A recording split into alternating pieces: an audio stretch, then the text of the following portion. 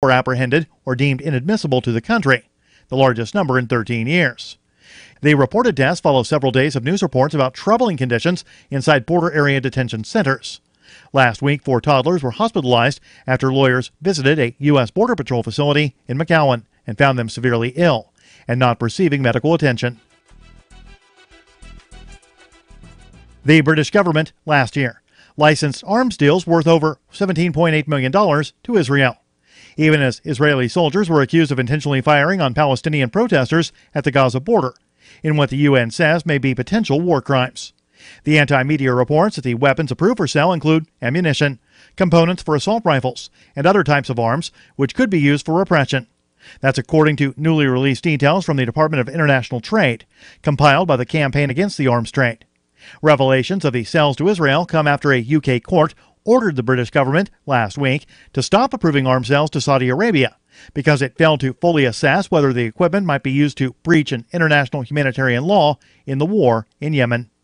One sale for more than $125,000 worth of military training equipment was approved on May 18th last year, 4 days after 68 Palestinians were killed by Israeli troops on the most deadly day in Gaza since the 2014 Israeli offensive. Support for the Liberty Beat comes from the Conscious Resistance Network, featuring videos, news reports, and articles from a spiritual anarchist perspective. Experience the Conscious Resistance at theconsciousresistance.com. How would you like to have your business featured on the Liberty Beat? You can. Just send an email to libertybeat@snls.news for details. This is the Liberty Beat, produced in partnership with SNLS News and listeners like you. The Liberty Beat is online at libertybeat.news and snls.news. I'm Mick Murrow, reporting for the Liberty Beat, reminding you, spread liberty with a smile. Regarded by many as one of the fastest rising online personalities today, social media rock star Ryan Wasserman has 250,000 loyal Twitter followers and earns $28,000 a year at his job as an administrative assistant. The Onion spoke to the online luminary at KPL Insurance, where he works from 9 a.m. to 5 p.m. and makes roughly $13 an hour. I'm just trying to bring my unique perspective to everybody. That's what my followers expect, and I like to think I deliver. Wasserman, who currently has $900 in his checking account, regularly engages in conversations with high-profile celebrities and takes the bus to work from the 2-bedroom apartment he shares with a 23-year-old he met on Craigslist. Actually, I just started a Tumblr because sometimes 140 characters just doesn't cut it. I just had a Google Glass tweet that Questlove retweeted again. KPL, this is Ryan. Yeah, I'm sorry, I totally forgot. This is the Onion News Network.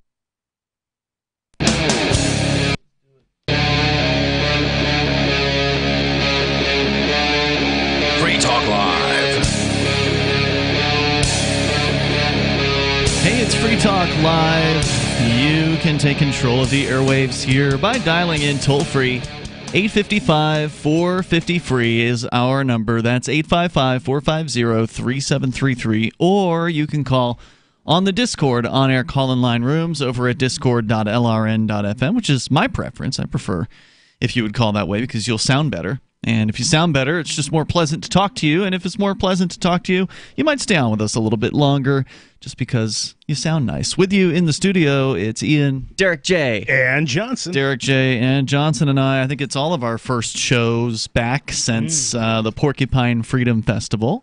Welcome back. Are we really back? I still feel like I'm there. You do still feel like... Yeah, it's like when you step off of a boat and you have those sea legs, you still feel wobbly. Still got the vibe from Porkfest. I am feeling high on life and really good about this relaxation and great weekend. 2 weekends that we got. It was really great. Both Forkfest 2019 and the Porcupine Freedom Festival. In fact, literally seconds, maybe just moments before...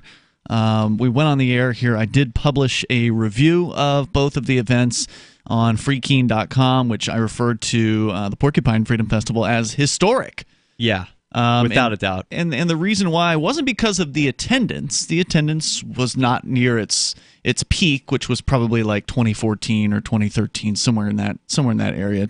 For the Porcupine festival? Freedom Festival. Okay, yeah. You know, where I think it at one point hit just over 1,700 people. It was probably closer to about 1,000 this time around. Mm-hmm. But the history Because, by the way, I'd like to add in that numbers don't mean a whole lot about whether an event is good or not. So, for instance, we had Keenvention here in town, and I don't think that ever hit more than 150 people in its best year, and it was a really great, intimate little convention. Yeah.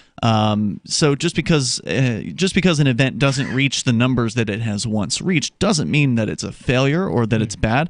The vibe was fantastic. The people that were attending the Porcupine Freedom Festival were a good crowd. It was a good group of about 1,000, I think, was the kind of the final, close to the final number when you included all the kind of the walk-up tickets, the one-dayers, that kind of thing. Yeah. What do you think the largest attendance ever was? I think it was around 1,700. I forget which year it was, but probably 2012, 2013, 2014, somewhere in there. You use the word vibe, and that's kind of hard to nail down, but if you were to say, what do you mean exactly by that?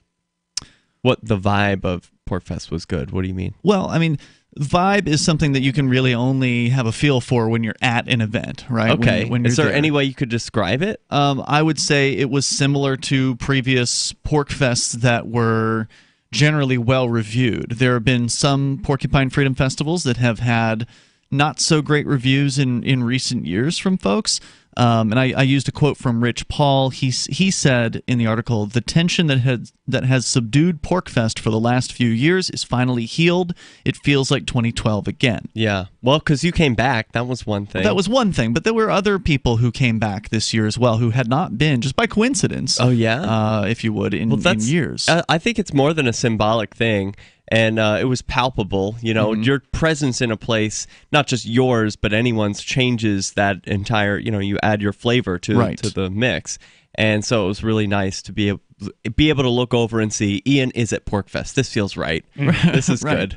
So that was cool, and I was welcomed back by many of the very board members who voted me to be banned in the first place. So that was nice. I mean, in person, you mean welcome back? Oh, hey, that's nice.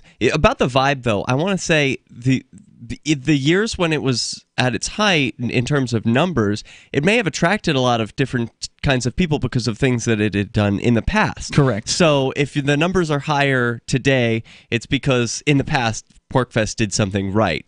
And so if the numbers declined after that, maybe, what's the potential explanation for that? And I would say, in the numbers where the years when it was most attended, it had more of a mainstream vibe where it was not commercial and influenced by DC politicos. There was a lot of talk about Washington, D.C. and our deficit and those kinds of concepts, whereas this festival was really it was like a back to our roots, New Hampshire-centric sort of thing. You felt like the content, the official content, was more focused on what's going on here? Yeah, okay. What can we do as people who are moving here to this New Hampshire area, even if it's about politics, to affect change? It had more to do with people talking with their neighbors and what I think are real solutions for enhancing our freedom. And it got rave reviews by the people who attended.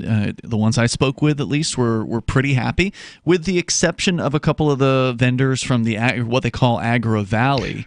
Yeah. And Johnson, I imagine you might have some insight into what exactly happened. I mean, I did my best to kind of recap sort of the history of Agro Valley, which is this area in the campground. It's in the RV section of Rogers Campground in northern New Hampshire. That's where these events are held.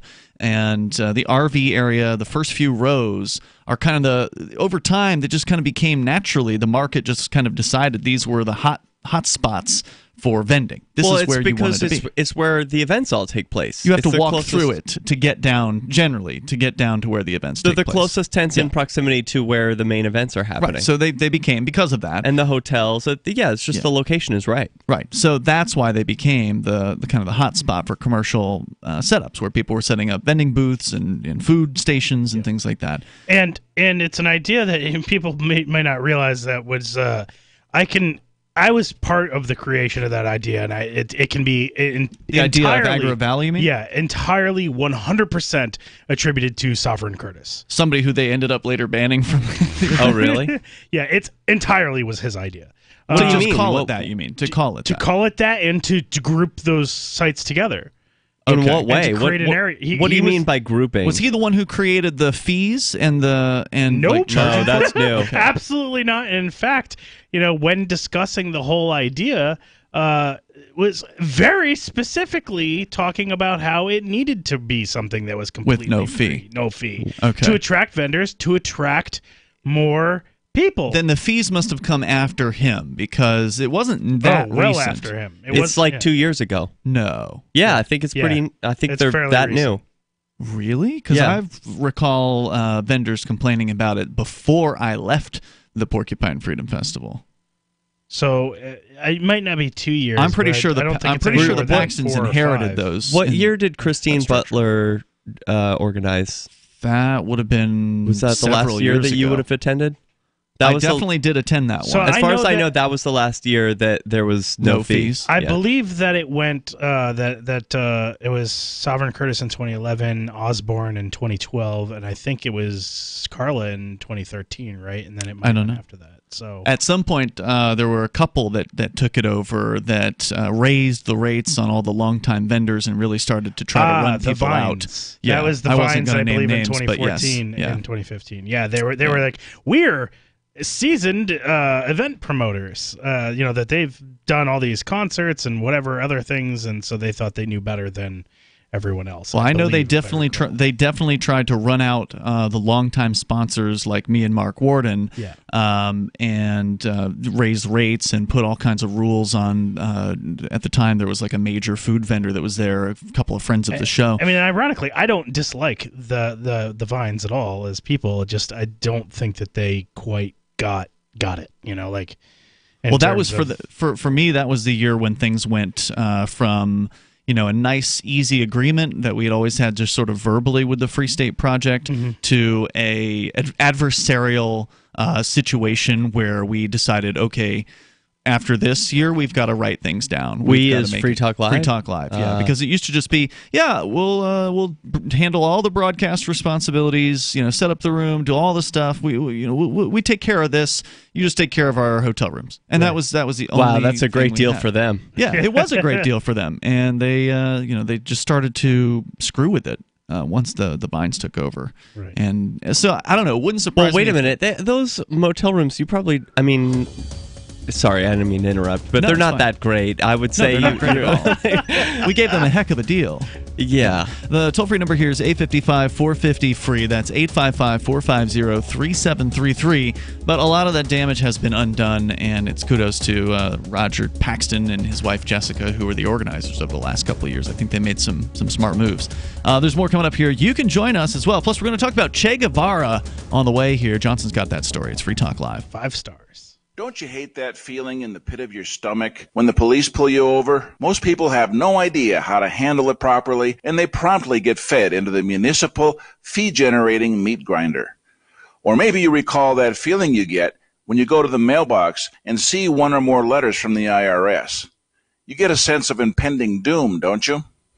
So let me ask you, if you could learn how to use the law to beat the IRS, traffic tickets, almost any courtroom scenario, collectors, credit card debt, and even mortgage debt because of fraud perpetrated against you, would that be worth knowing about? Don't laugh. Investigate. Check out the life-changing benefits of the Lighthouse Law Club at their website, lighthouselaw.club. That's lighthouselaw.club. And while you're at it, visit the Lighthouse Law Club YouTube channel. You might be in for a pleasant surprise. I'm a little obsessed with My Magic Mud. Several years ago, I met Jessica Armand, the founder and CEO of My Magic Mud, and I didn't even know my teeth were coffee stained. A week's worth of use convinced me, and now I use it every 3 or 4 days. It's clinically proven to whiten teeth, and I think it cleans better, too. My Magic Mud's available at most local health food stores, Sprouts, Natural Grocers, CVS, Walmart's Natural Beauty Aisle, but I can get it for you for 20% off with coupon code FTL20 at mymagicmud.com. FTL20, mymagicmud.com. Bitcoin.com has launched a trading platform at local.bitcoin.com, allowing you to buy or sell Bitcoin Cash via dozens of payment methods like PayPal, Venmo, bank deposit, remittances, or meeting in person with cash. There are no ID requirements to sign up for and use the site, and all communications between buyers and sellers are encrypted. Finally, a global trading platform that respects your privacy. Visit local.bitcoin.com to get started trading Bitcoin Cash. Local.bitcoin.com.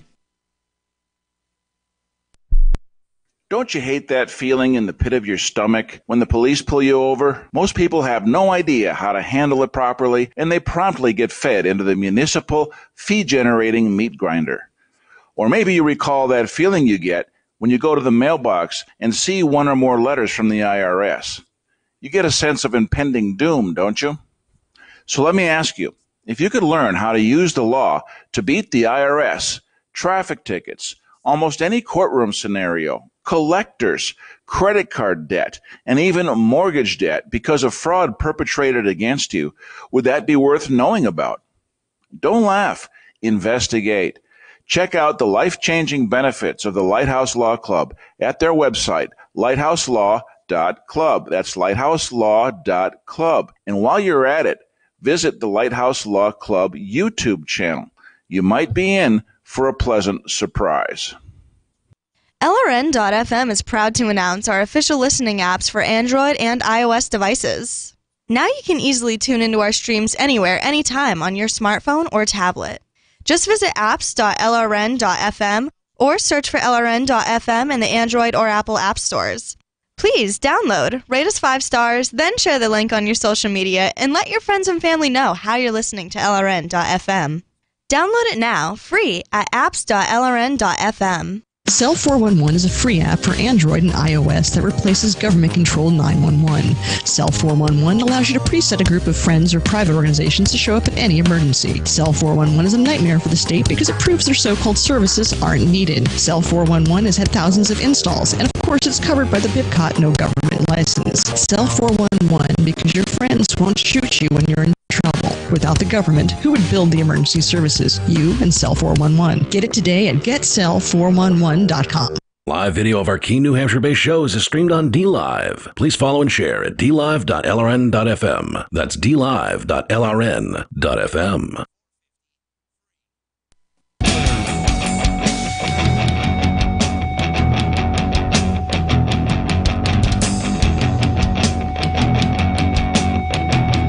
This is Free Talk Live, and you can bring up whatever you want here. Our number is 855-450-FREE.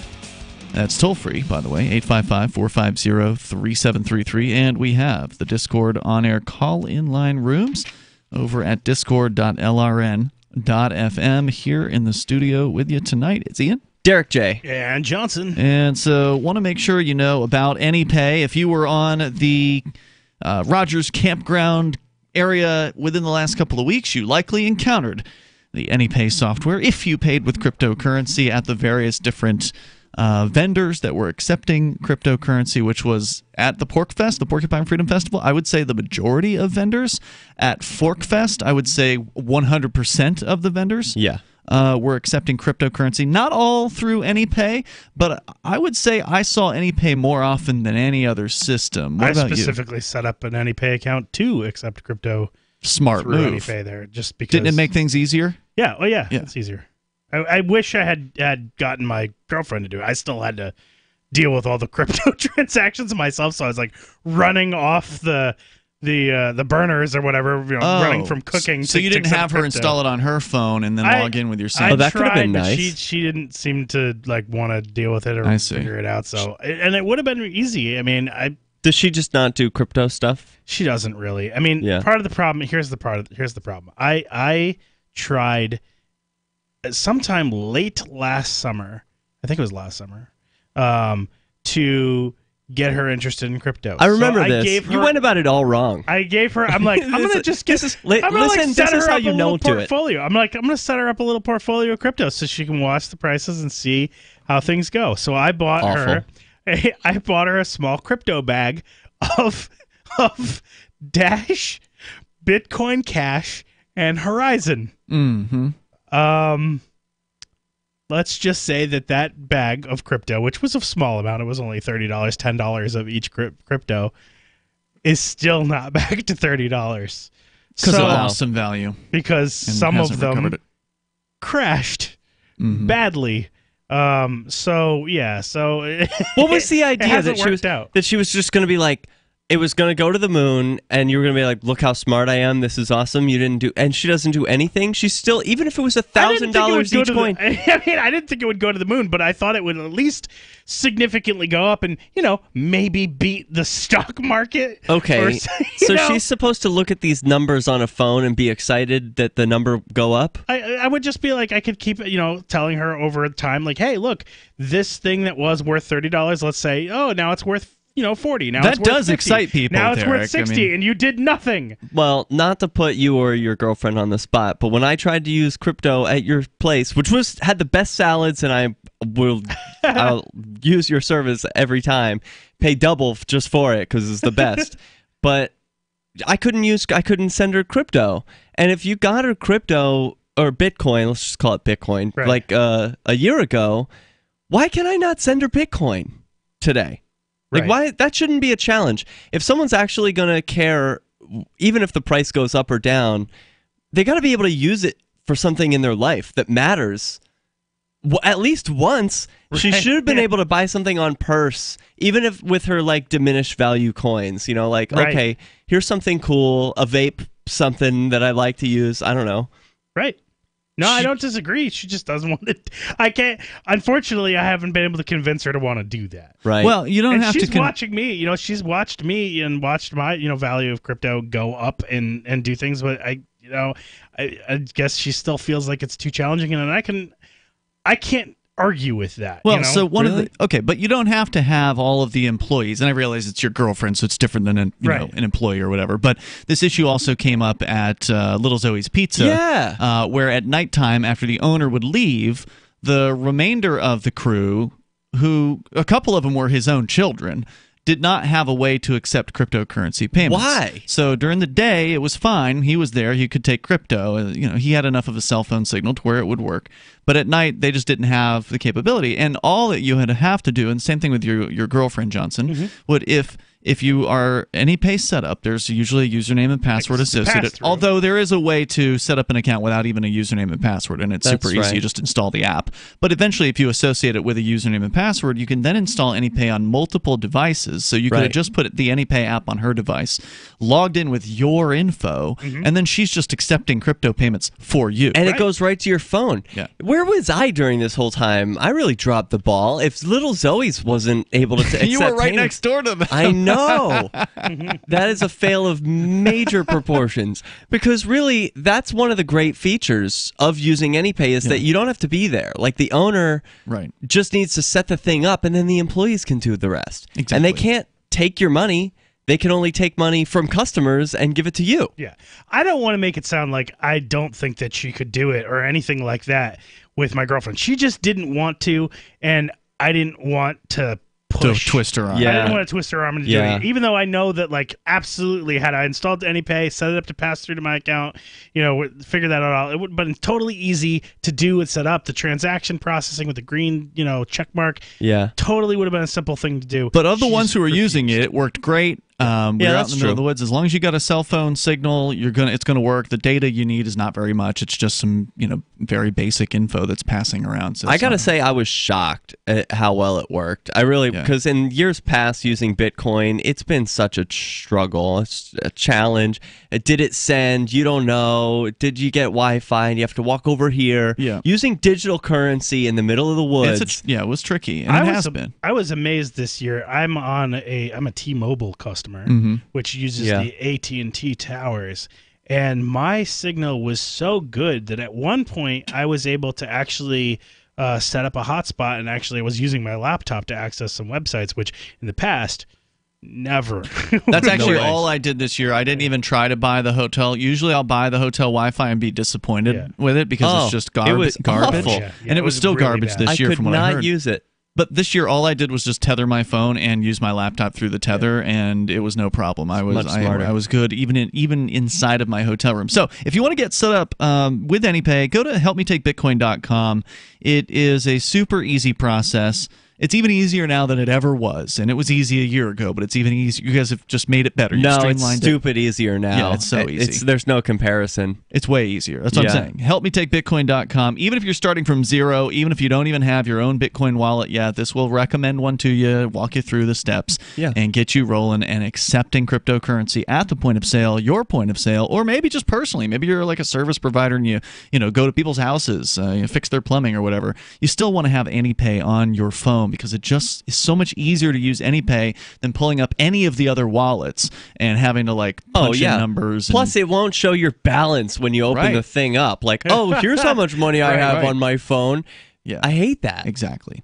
Check them out at helpmetakebitcoin.com. As we continue here, we're just kind of doing a little bit of recap since the three of us are back together here, and we didn't have a whole lot of time together since everybody was doing their own thing at the Porcupine Freedom Festival. Johnson, you were cooking, you were busy, and trying to prevent your shelves from being blown over in the wind, which was tragic. It's awful. There's more coming up. It's like PTSD from that. Toll-free number is 855-450-FREE. That's 855-450-3733. And, of course, Derrick J. throwing an epic dance party. Two of them. Along with Steven. Two parties. Who couldn't make it tonight. But there's more coming up here, and you can join us. This is Free Talk Live.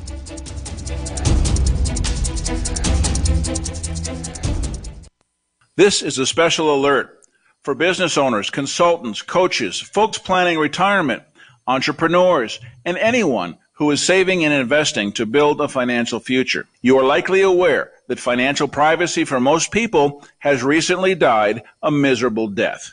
And let's face it, without privacy, there really is no security, is there? Bankrupt governments and banks on the verge of collapse are perhaps the biggest threat to your financial future today. The Lighthouse Law Club recognizes this and has been working diligently to provide safe, secure, and productive tools to ensure your privacy, your financial security, and your future financial well-being, despite the catastrophes which many people fear are looming ahead of us. Find out more with a variety of free videos on the YouTube channel for Lighthouse Law Club. Just search YouTube for Lighthouse Law Club and secure your future today. Why did you move to the Shire? I moved here to the Shire because there's other people around who take liberty just as seriously as I do. I moved to the Shire because I saw videos of people challenging authority and thought that I could get support myself. It called to me, like, do this, right now. I wanted to be around people like me who got it, and once I got here, I knew there was nowhere else that I wanted to be. I've always wanted to change the world, so I moved to the Shire to join people who were actually working towards doing the same thing. The people here are awesome, loving, and positive. It was for the adventure and for the feeling of something important is happening here, and I just wanted to come to sort of be part of that. Visit ShireSociety.com to read and sign the Shire Society Declaration and learn the reasons why, if you love liberty, you should immigrate to the Shire. Plus, connect with others via the forum at ShireSociety.com. That's ShireSociety.com. Are you a cryptocurrency advocate? The Crypto Tip is the ideal outreach tool to help new people discover cryptocurrency. It's a printable business card-sized tip that you can give to service providers, preferably in addition to a good cash tip. When the server scans the QR code, it'll bring up an explanation of cryptocurrency, how to install a wallet, and allow them to claim the tip. If they don't claim the crypto, you get your tip refunded to you after a time period you specify. Plus, if they do claim the tip, you get an email alert. Create as many tips as you want at cryptotip.org. That's cryptotip.org. There are lots of ways to listen to Free Talk Live. Our podcast has been around since podcasts began, and now the FTL feed is loaded with content besides our full show archives. Did you know that we make it easy for you to customize your podcast subscriptions? We have different feeds, one that includes only our full shows, one with just the Daily Digest, and one with just the Edgington Post. You decide what you listen to. It's quick and easy to customize your feeds at feeds.freetalklive.com. That's feeds.freetalklive.com. So the protection of life, liberty, and property is what the Free State Project is all about. But it's an effort to move 20,000 people who understand. It's about demonstrating to the entire country that, yeah, we can have a free market, a truly free market. Making it just a freer, great place to live. It's the world's largest voluntarist libertarian community, and it's only getting bigger. That's amazing, to be able to move to a place where other people passionately believe in being free and independent. What the Free State Project is managing to do, though, is to put their money where their mouth is. It's physically getting up across the country and saying, let's go someplace and let's demonstrate the power of these ideas. There's a lot of kind of philosophy that surrounds liberty. There's a lot of thinking about it and talking about it. But here in New Hampshire, people are doing it. 101 Reasons Liberty Lives in New Hampshire, a documentary by Free State Project early movers. Watch it free at 101reasonsfilm.com. 101reasonsfilm.com. You're listening to the best liberty-oriented audio streamed around the clock, on the air and online. This is the Liberty Radio Network at LRN.FM.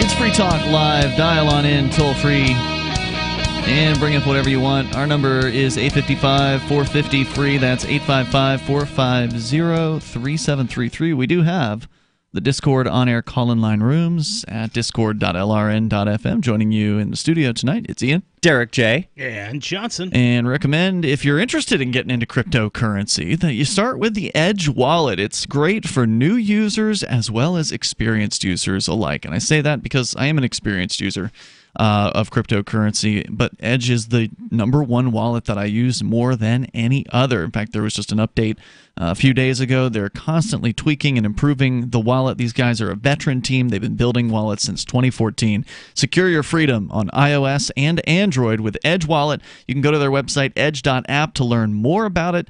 You can buy, sell, trade, and securely hold your cryptocurrencies, including Bitcoin Cash, which, by the way, I asked around at vendors. They said the #1 most used cryptocurrency at both Forkfest and the Porcupine Freedom Festival was Bitcoin Cash. Wow. Which is interesting. I wonder was that if true for you, that's- Johnson? Yeah. Is that by amount or by number of times used? Because sometimes those things differ. Yeah, I would probably say number of times, but I didn't ask that question specifically. Johnson, what would you say that there was? I'd say it was definitely a number of times. I'm not sure without looking at the numbers to see if it was the amount. I mean, the odds are, if you're a food vendor, the odds that somebody's going to buy an unusually large order to, buy for an entire 20-person tent or something is pretty low. You're usually dealing But I with did have 1 to 4. I had someone come back to me 3 times and bought with Litecoin. Oh, okay. Did they say why? They really like Litecoin. Yeah, that's interesting because it could be that they didn't like it as well. And want to get rid of it. Yeah, it sounded like somebody who really liked Litecoin. Oh, that's cool. All right, rad. I wish I met them. Yeah. Ethereum also available. Tokens on the Ethereum chain: Monero, Ripple, Stellar, Dash, Bitcoin, BTC, and more. Go to edge.app or look for Edge Wallet in your Google or Apple app stores. I used the Edge Wallet at Porcfest to pay my bouncer in Monero. Ah, sweet. How cool is that? It Only is a possible. Nice feature. And they make it really easy. I've been using Monero for years, and it's really tough running a full node. It is. Sending, and you need this key or that key. They make it stupid simple, as easy as you would send Bitcoin or any other coin. Edge did. Works Yeah, they exactly did the that. same way. Edge is great. I agree. All right, so the toll-free number again, if you want to join us here, 855-450-FREE. That's 855-450-3733. Overall, I would say I have nothing but really good things to say about the Porcupine Freedom Festival this year. They did a great job with it. People that were there seemed to have a good time. They seemed to be very happy with everything about it, and kudos to Roger and Jessica Paxton for putting it on and doing a great job with it. In fact, there's some interesting things happening in the background now where we may, if everything goes as I think Roger and Jessica want, the Free State Project may decide to spin off the Porcupine Freedom Festival into a separate organization. Why would that be good? Weird. I think it would be great. Are you Why? kidding? The Yeah, Free but State why Project's exactly? the Free State Project's board of directors has been the #1 most bungling factor in why the Porcupine Freedom Festival faltered and had issues over the last several years. Because it got too political? That's one thing. Internally political? Yeah, it got too political. The board of directors was too involved. They also allegedly lost money, like a lot of it, on the Liberty Forum this year, and that's for those that don't know, that's the Free State Project's wintertime hotel convention. It makes me wonder, though, why... why does there need to be a Porkfest organization at all?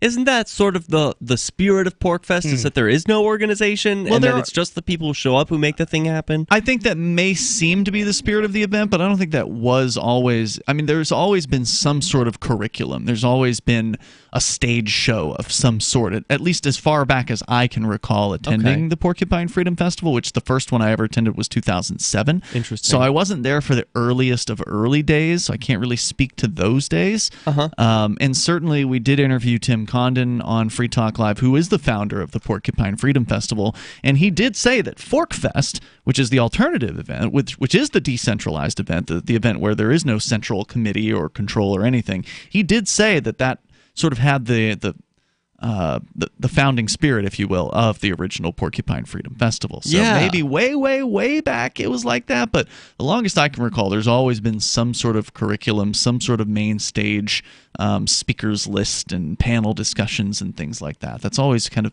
been part of that event. I feel really torn about this now because now about that them spinning off. Yeah, well, about them spinning off, about the even need for an organization in the first place. And on the one hand, I want to advocate that there be no organization that runs Porkfest. Let's just let that be a thing that it's almost it's in the eye of the attendee. It's so you show up and you are Porkfest. You're here at the right time with all these other people. So that way, if there are like media organizations like Vice and the people who have covered the Porcupine Freedom Festival come in the future, who is there to talk to? There's no one in charge. It's like, okay, and then we made this happen and that happened. That you have to talk to everyone. Well, then it might as well just be Forkfest at that point. Right. Well, that's what I'm saying. Because that's what has been created with Forkfest is a decentralized festival that happens just over a period of days and everybody just kind of decides their own thing.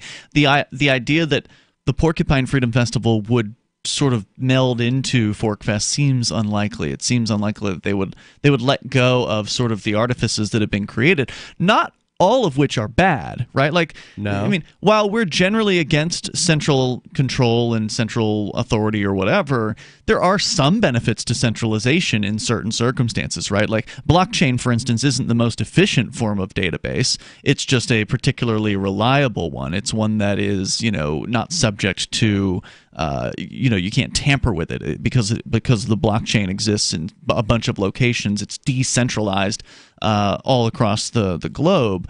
It's a lot faster to just use a SQL database on a central server if you want to be able to update things faster. I'm lost in the analogy here. Yeah, why is this better for Porkfest? I'm just giving you an example that there are some things that centralization can do better than decentralization. Like decentralization isn't always the answer, is it? I'm not saying it is, but Right. in this case, I want a festival where there's no one in charge, and Well, I we think have it. that's okay. It's Forkfest. All right. I just don't think you're going to be able to convince the organizers Is of that the an official statement about Forkfest? No. I don't think you're going to be able to convince the organizers of the Porcupine Freedom Festival to completely disorganize the Porcupine Freedom Festival. Then why won't this just happen again? Why won't the failures where the organizers of Porkfest fall flat on their face They could. by ruining the spirit of Porkfest, and making people angry? And They could. I mean, those things could certainly happen. So what's the mission now? I mean, what's the goal? If Forkfest already has what I'm looking for, what is Porkfest supposed to offer? I don't know. Okay. That's up to them to figure out. Okay. Whatever that is. I mean, whatever they offered this year was pretty good. They got 1,000 people thereabouts to show up to it. A lot of people were pretty happy with it. You said you were glad that you stayed for it. It was my favorite Porkfest yet. Really? I Of say all that, of them? I totally mean it. Yes, Okay. every year that happens, and I didn't even want to go to Porkfest this year. I was so sour. I have skipped years in the past, and I was just so not interested in dealing with or seeing any of these people. But then it turned out that the spot that I rented for Forkfest was available for the next week, and I decided to stay because it was so much work to set that thing And you up. were glad that you did. And I'm so glad. I would not have missed it for anything. And I feel so relaxed and wonderful and more peace with the people that I didn't want to see. And it was so necessary and wonderful. It was really great. I also felt the same way. Like originally, I wasn't going to go because the Free State Project, the board of directors, botched something up again this year where they refused to take money from me for a sponsorship, which thankfully they ended up taking money from someone else for the same sponsorship. So the goal was accomplished. It didn't have, whatever. Ridiculous. But because of the, the petty, nonsense from them, I was kind of turned off by that. Like, I don't really want to go. I mean, I love Roger, and he wanted me to go, and I'm like, I don't know if I want to go. But then Mark was going to go for one day because he had to do his speech on Saturday. He was going to go up on Friday night. I'm like, all right, I'll go with you. I can get a ticket from Chris Wade, who had the package of tickets. And eventually I just kind of decided, if I'm going to go up for one night and we got to reserve 4 nights for the hotel, might as well just go for the whole thing, just take a week off from doing the show. And so I did. I was actually there on a vacation for the first time ever. It was my 10th Porkfest, but my first one that I ever actually attended where I didn't have to do a radio show every day. More coming up. It's Free Talk Live. Hunters, anglers, campers, and survivalists. Get back to nature. Expand your horizons with the highest quality, most versatile, unique slingshots and sling bows on the market at slingbow.com. Slingbow products are compact and models start from just $17.98. They're perfect for your bug-out bag or storing in your vehicle. Give yourself and your loved ones the excitement and tradition of Slingbow, a new frontier in archery and truly modern twist on this primitive survival tool. Feel the thrill only at slingbow.com. Have you checked your Google search results lately? Search results are usually the first impression that people form of you or your business, so make sure that they create a positive impression with Reputation Defender. What the internet says about you can have a big impact on your life and your livelihood, even if it's not true. Fortunately, you can now control how you look online and in online search results with Reputation Defender. Call 800-831-0771 now. That's 800-831-0771. For your free reputation analysis. If you have negative material from an ex-employee, upset patient, or former client, newspaper article, legal issue, social media, or other source showing up in your search results, you can combat it with Reputation Defender. Our dedicated experts in patented technology can help make your online search results look their best. Call 800-831-0771 to learn more. 800-831-0771. That's 800-831-0771. Most of you know that heart disease is the #1 silent killer in the U.S. What if I told you for just $54.95 a month you could fight against heart disease naturally? At Heart and Body Extract, we've been helping thousands of people get back to a healthier heart. Don't just take my word for it. Check out all of the success stories at hbextract.com, or to order, call 866-295-5305. That's 866-295-5305. hbextract.com. Don't risk it when you can take charge of it. If you're looking for work, it's a process of elimination, and you're trying not to be eliminated. So here's a tip for making the cut, and this might seem subtle, but to the person interviewing you, it's not. There is a world of difference between applicants who convey, "I need a job," and those who simply ooze, "I want to work," especially in these lean times when many you're competing with will seem desperate in "I'll take anything" mode. If you convey specific interest in this job at this company, you will be conspicuous. Thus, the value of going to school on the company you're applying to before the interview. With money and attention so tight now, effective communication skills have never been more important. For more tips for job seekers and everyone else, hit survivalspeech.com. I'm Holland Cook. LRN.FM now has a Discord. Discord is a free text and voice chat platform, and we now have our own server with a bunch of channels at discord.lrn.fm. You can join other listeners as they chat about various things during our live shows, or anytime, day or night. Discord software is available cross-platform, so you can have it on whatever device you want and take your chats anywhere. Join our Discord at discord.lrn.fm. That's discord.lrn.fm. Did you know you can legally exit the U.S. federal income tax system? Well, it's true, and thousands of American nationals are doing it. The 16th Amendment and the Internal Revenue Code are legal, but only in a limited jurisdiction. This is the basis behind the voluntary nature of the income tax. Learn the exit strategy provided by Congress. Find out more by visiting weissparis.com and watch our numerous videos. That's WEISS Do you love Twitter? Make sure you favorite the LRN.FM Twitter account so you can receive our tweets at twitter.lrn.fm. That's twitter.lrn.fm.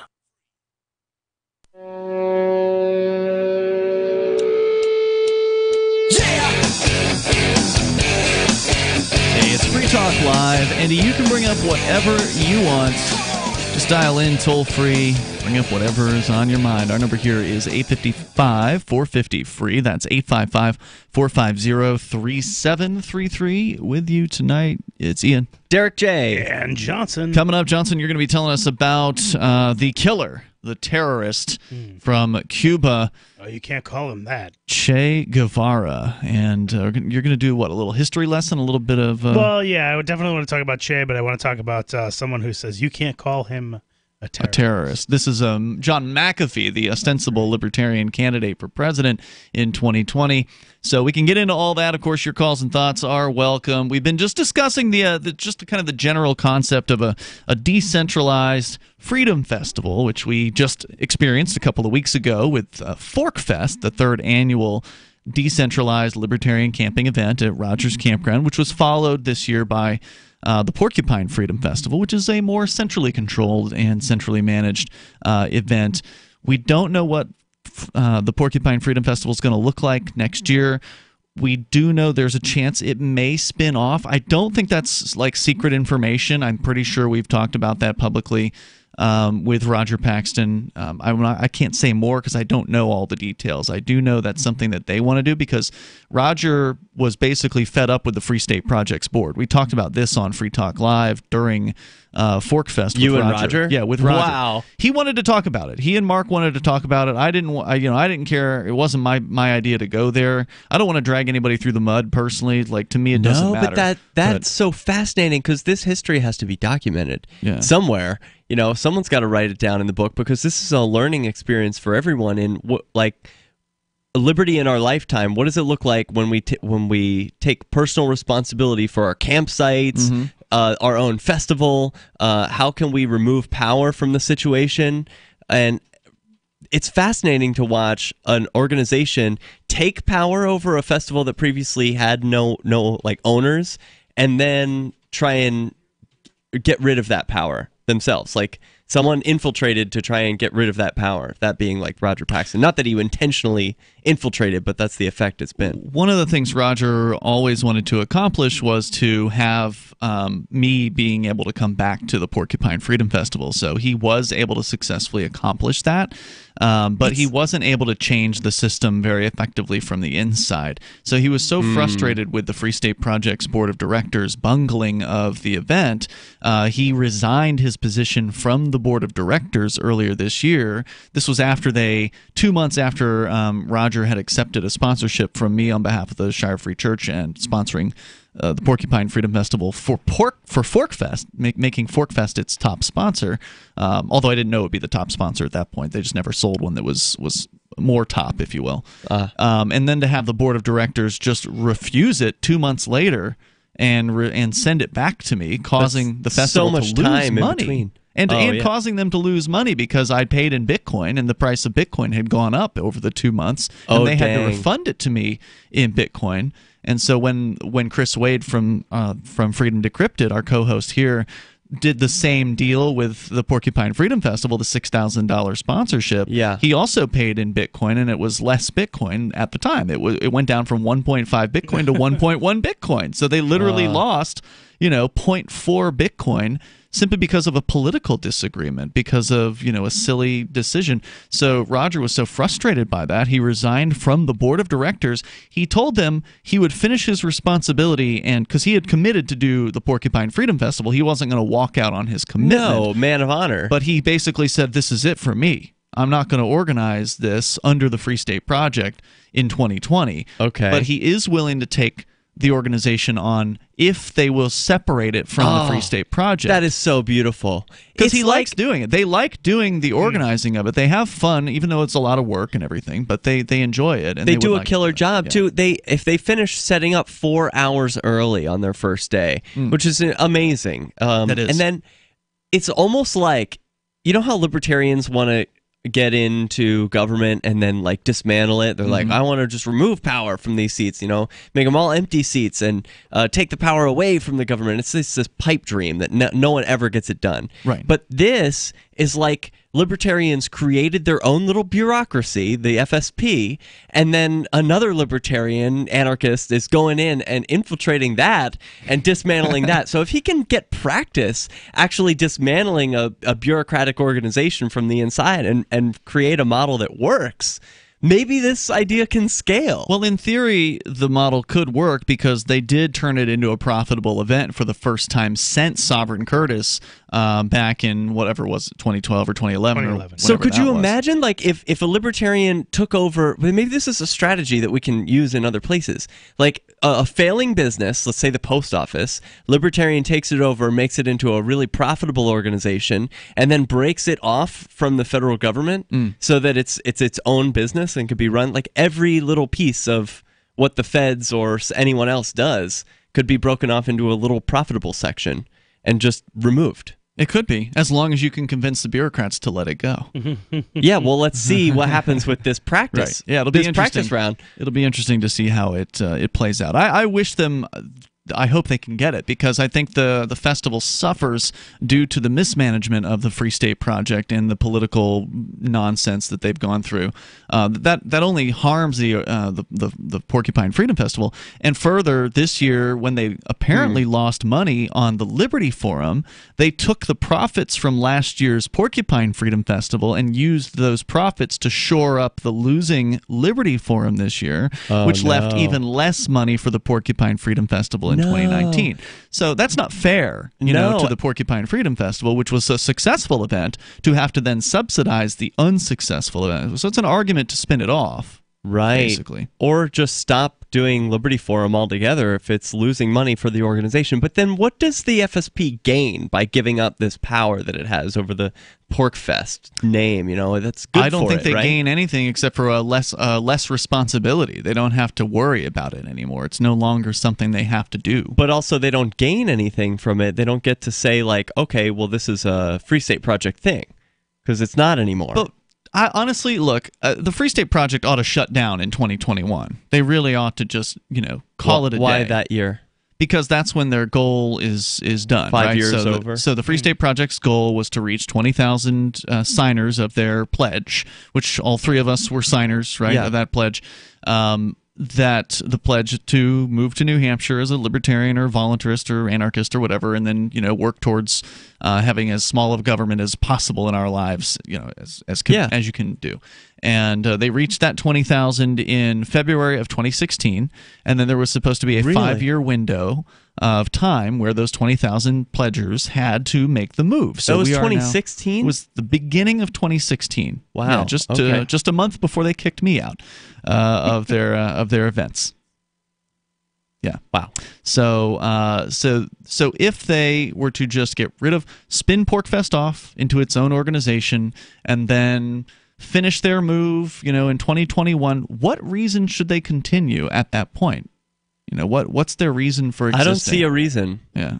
Well, the state isn't free. No, it's not.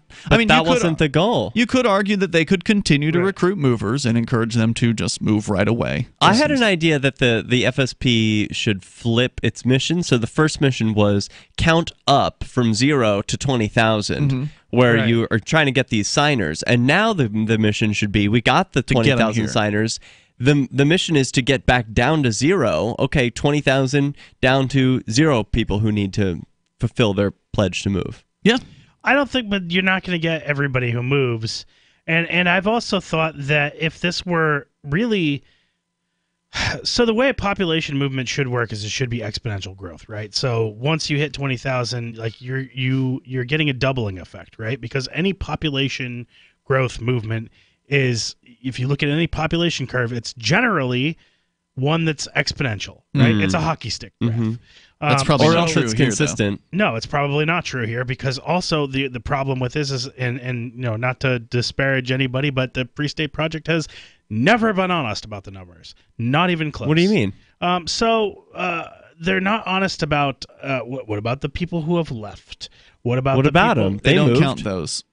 They did move. They moved, but that's not the point of you don't get to hold someone here at gunpoint. If no, somebody I'm not saying you should hold someone here, but technically but they if your goal is to get 20,000 people to move to the state to achieve liberty, then you need 20,000 people here in the state to achieve liberty. I see what you're saying. If they've left, then you don't have 20,000 people. So there should and be if you're not different being numbers. honest about that, then that's not honest.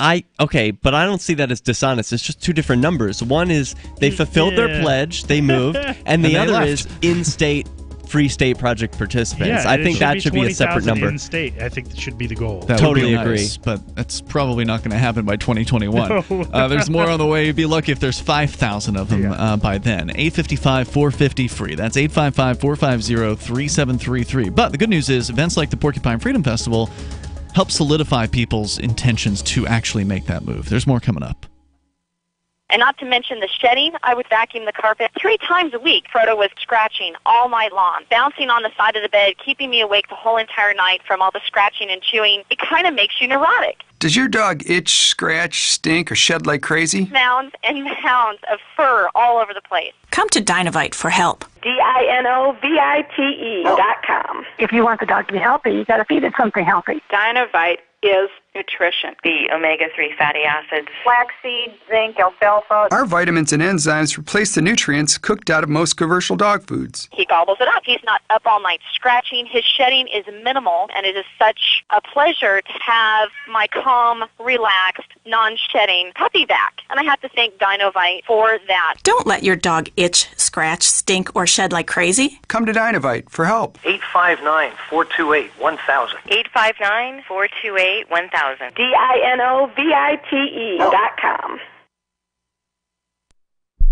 My name is Jacob Hornberger. I'm president of the Future of Freedom Foundation, which Congressman Ron Paul awarded for having an outstanding freedom website. Write us at fff@fff.org, and we'll send you a free 3-month subscription to our monthly journal of libertarian essays and our booklet, Economic Liberty in the Constitution, which George Mason University economics professor Walter Williams praised in a recent column. That's fff@fff.org.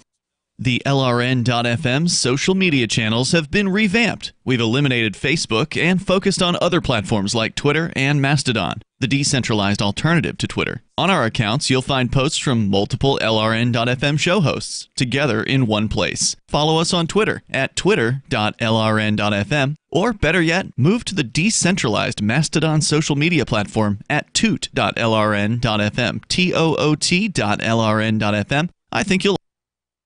You're listening to the live edition of Free Talk Live. Hour number 2 is next, after the news, here on the Liberty Radio Network at LRN.FM. This is the Liberty Beat, your daily source for liberty news and activist updates. Produced in partnership with SNLS News and listeners like you. Online at libertybeat.news and snls.news. I'm Mick Murrow with your latest edition of the Liberty Beat. Gold is trading at $1,419, silver at $15.44, and Bitcoin is trading at $10,913. Today's prices are brought to you by InnoScale. Take off with Managed Cloud. Looking for a safe, secure way to store your important files online? Let InnoScale handle it for you. Their high-availability cloud servers are the perfect solution for clients needing one or more secure, scalable servers with built-in hardware failover protection. For details, see them online at InnoScale.net. In the news, making good on his Saturday tweet threat that, quote, "we are putting major additional sanctions on Iran on Monday," end quote. President Donald Trump said Monday he's imposing sanctions on Iran's supreme leader, Ayatollah al-Khamenei, and his office, a step designed to increase pressure on the Islamic Republic. These measures represent a strong and proportionate response to Iran's increasingly provocative actions. We will continue to increase pressure on Tehran until the regime abandons its dangerous activities and its aspirations, including the pursuit of nuclear weapons, increased enrichment of uranium, development of ballistic missiles, engagement in and support for terrorism. Speaking to reporters at the White House on Monday, the anti-media reports that Trump said the sanctions would deny Khamenei access to financial resources. Although it wasn't immediately clear why anyone believes the 80-year-old Iranian supreme leader was stupid enough to have any exposure to the Western financial system. The Liberty Beat is sponsored in part by Brave Botanicals. high-quality kratom and CBD at reasonable prices with excellent customer service. Brave Botanicals is activist-owned and mission-driven and believes so strongly in the power of kratom, they're giving it away for free. Just go to freeounceofkratom.com for a free ounce of kratom delivered to your door. Just pay shipping. That's freeounceofkratom.com. This is the latest edition of the Liberty Beat. Find us online at libertybeat.news and snls.news. Your news now continues. U.S. Border Patrol agents found 4 bodies Sunday near the Rio Grande in South Texas, including 3 children and a young woman. Hidalgo County Sheriff Eddie Guerrera posted in a tweet Sunday night. The Mind Unleashed reports the 4 bodies were found in the Las Palomas Wildlife Management Area of Mission, Texas. U.S. Customs and Border Protection say the Rio Grande Valley area accounts for more than 40% of undocumented immigrant apprehensions and is the busiest sector in the nation. The deaths follow a surge of unauthorized migration to the U.S. last month, when more than 144,000 people were apprehended or deemed inadmissible to the country, the largest number in 13 years. The reported deaths follow several days of news reports about troubling conditions inside border area detention centers. Last week, 4 toddlers were hospitalized after lawyers visited a U.S. Border Patrol facility in McAllen and found them severely ill and not receiving medical attention. The British government last year licensed arms deals worth over $17.8 million to Israel, even as Israeli soldiers were accused of intentionally firing on Palestinian protesters at the Gaza border in what the UN says may be potential war crimes. The anti-media reports that the weapons approved for sale include ammunition, components for assault rifles, and other types of arms which could be used for repression. That's according to newly released details from the Department of International Trade, compiled by the Campaign Against the Arms Trade. Revelations of the sales to Israel come after a UK court ordered the British government last week to stop approving arms sales to Saudi Arabia because it failed to fully assess whether the equipment might be used to breach an international humanitarian law in the war in Yemen. One sale for more than $125,000 worth of military training equipment was approved on May 18th last year, 4 days after 68 Palestinians were killed by Israeli troops on the most deadly day in Gaza since the 2014 Israeli offensive. Support for the Liberty Beat comes from the Conscious Resistance Network, featuring videos, news reports, and articles from a spiritual anarchist perspective. Experience the Conscious Resistance at theconsciousresistance.com. How would you like to have your business featured on the Liberty Beat? You can. Just send an email to libertybeat@snls.news for details. This is the Liberty Beat, produced in partnership with SNLS News and listeners like you. The Liberty Beat is online at libertybeat.news and snls.news. I'm Mick Murrow, reporting for the Liberty Beat, reminding you, spread liberty with a smile.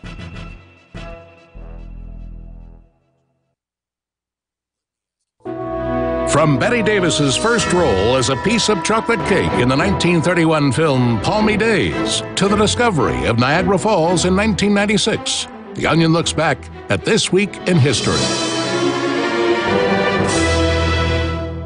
On May 16, 1929, the first Academy Awards were handed out in categories such as Greatest Achievement in Blackface, Best Catholic Whipping Scene, and Most Gorgeous Gams on a Broad. The highlight of the night occurred when Wings won the award for Best Picture without a single Dago, Tar Baby, or Wetback. And on May 15, 1940, the first McDonald's opened in San Bernardino, California, back when a young Grimace was just working as a cashier. And that was what happened this week in history. As Martin Luther King Jr. once said, history is actually pretty racist. This is the Onion News Network.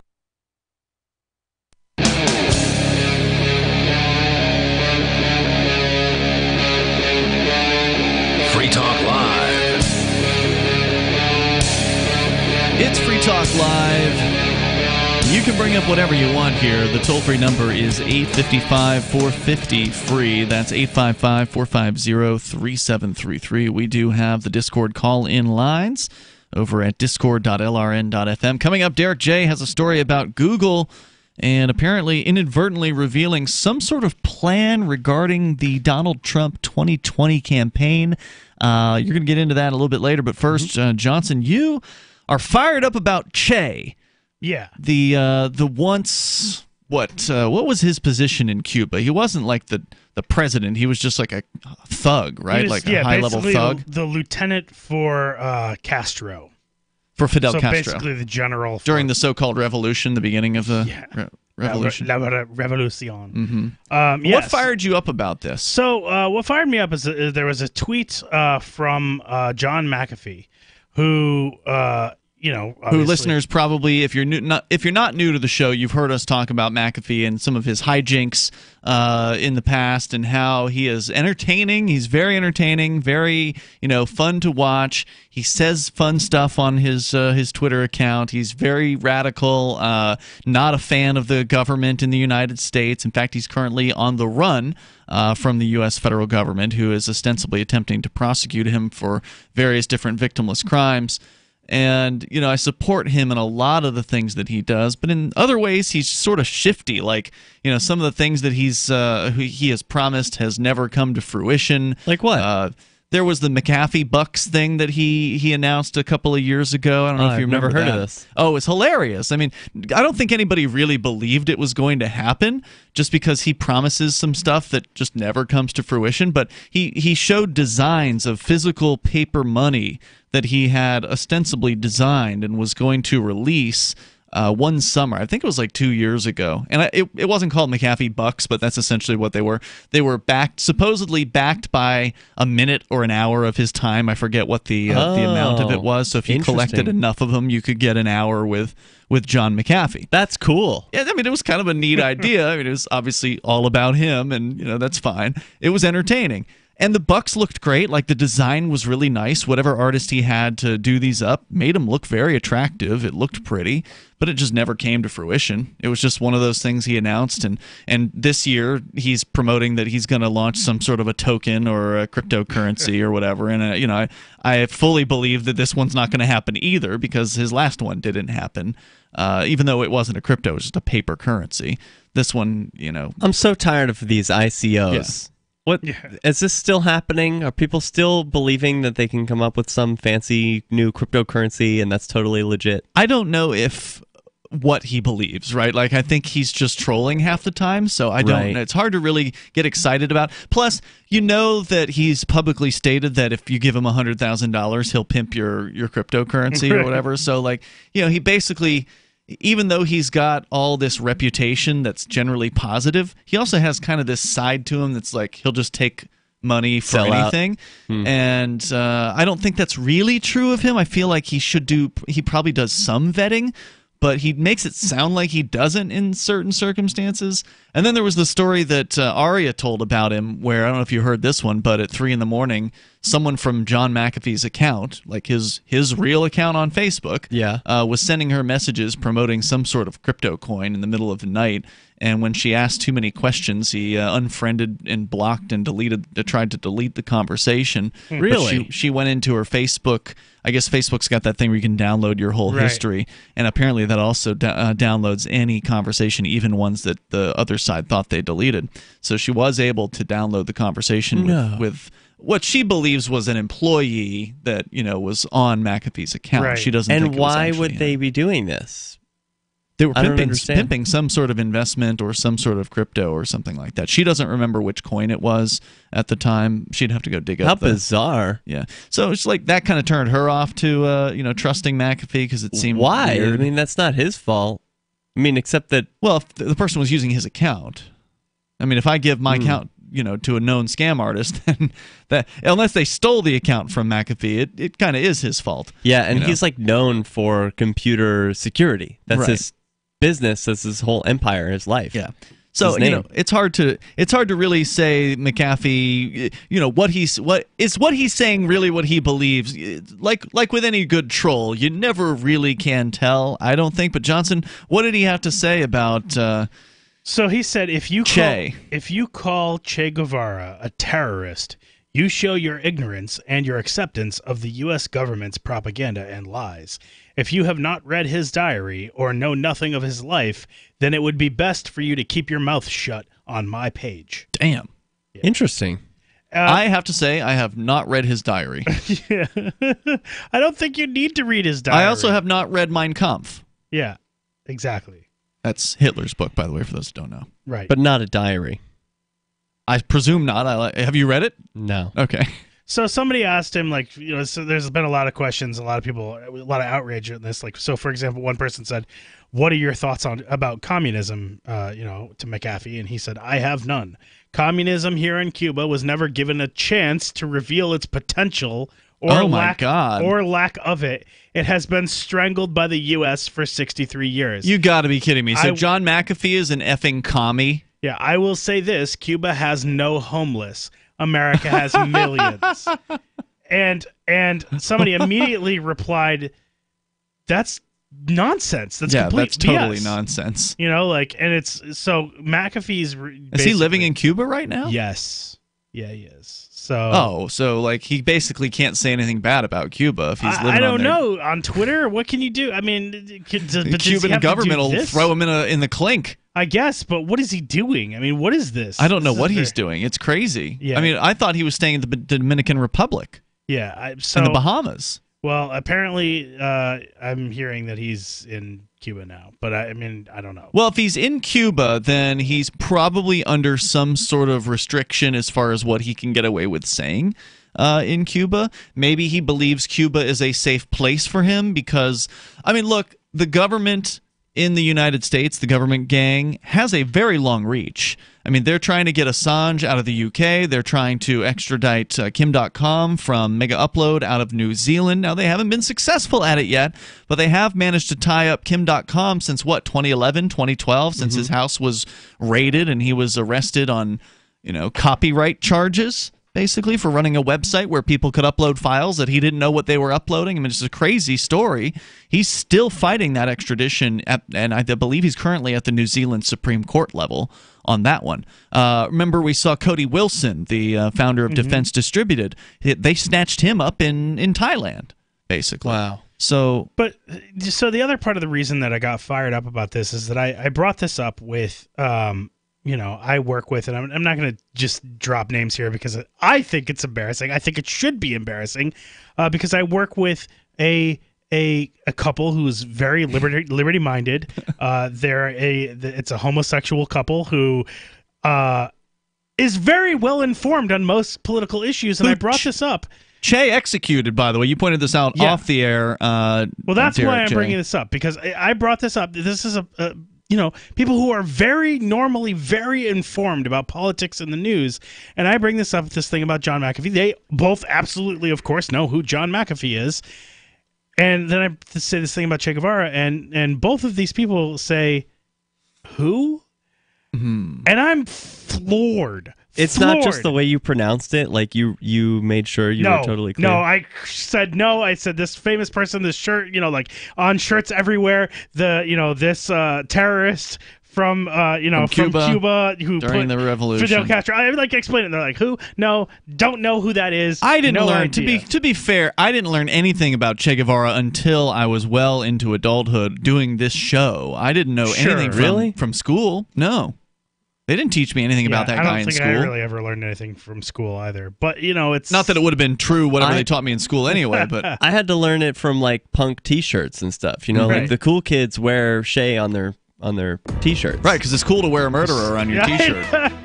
They don't know what they're talking about. No, they don't know what they're doing. Well, he looks really revolutionary. He's got that beret. He's got a star in his hat. All right. Yeah. Hold on. You got more to say about this, Johnson. We'll continue in moments. Your calls and thoughts also welcome. Our number is 855-450, free like freedom. That's 855-450-3733. You can bring up whatever you want. This is Free Talk Live.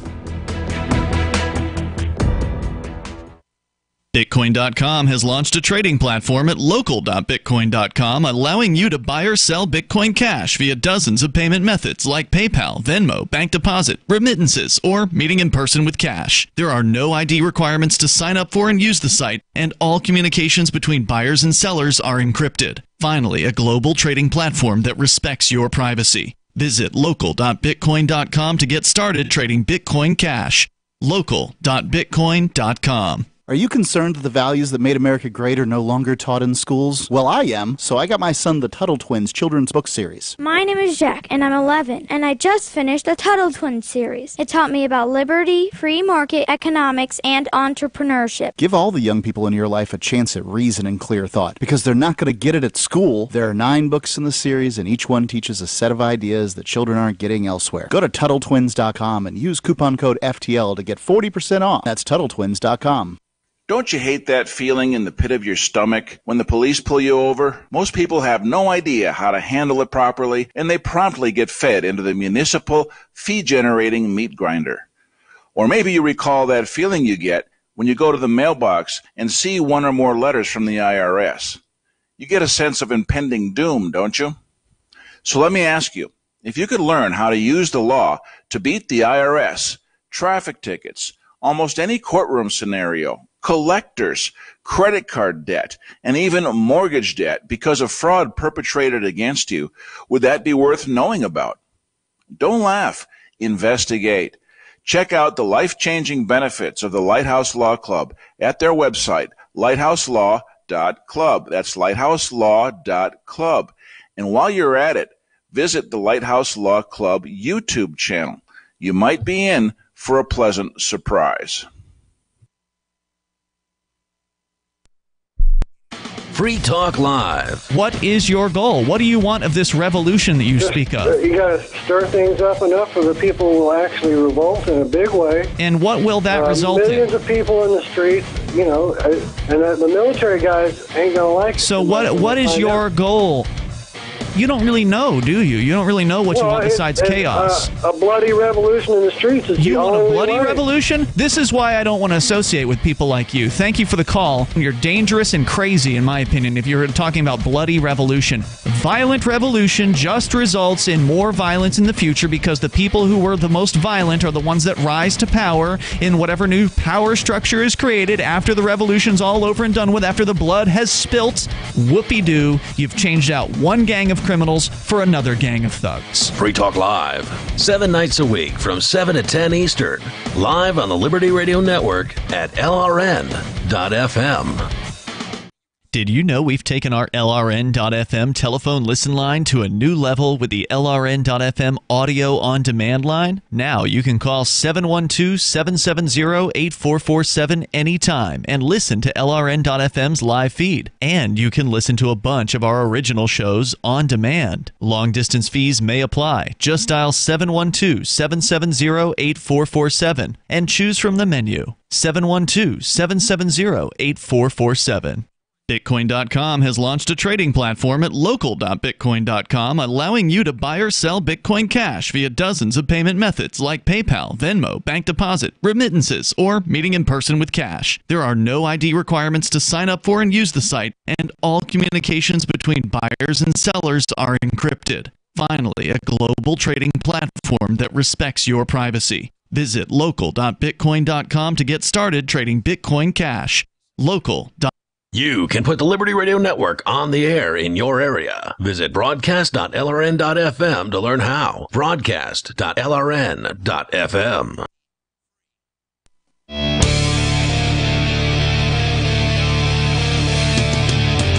This is Free Talk Live. You can bring up whatever's on your mind. Our toll-free number is 855-450-FREE. That's 855-450-3733. Johnson's got more to say on Che Guevara and apparently the surprise that John McAfee appears to be a fan.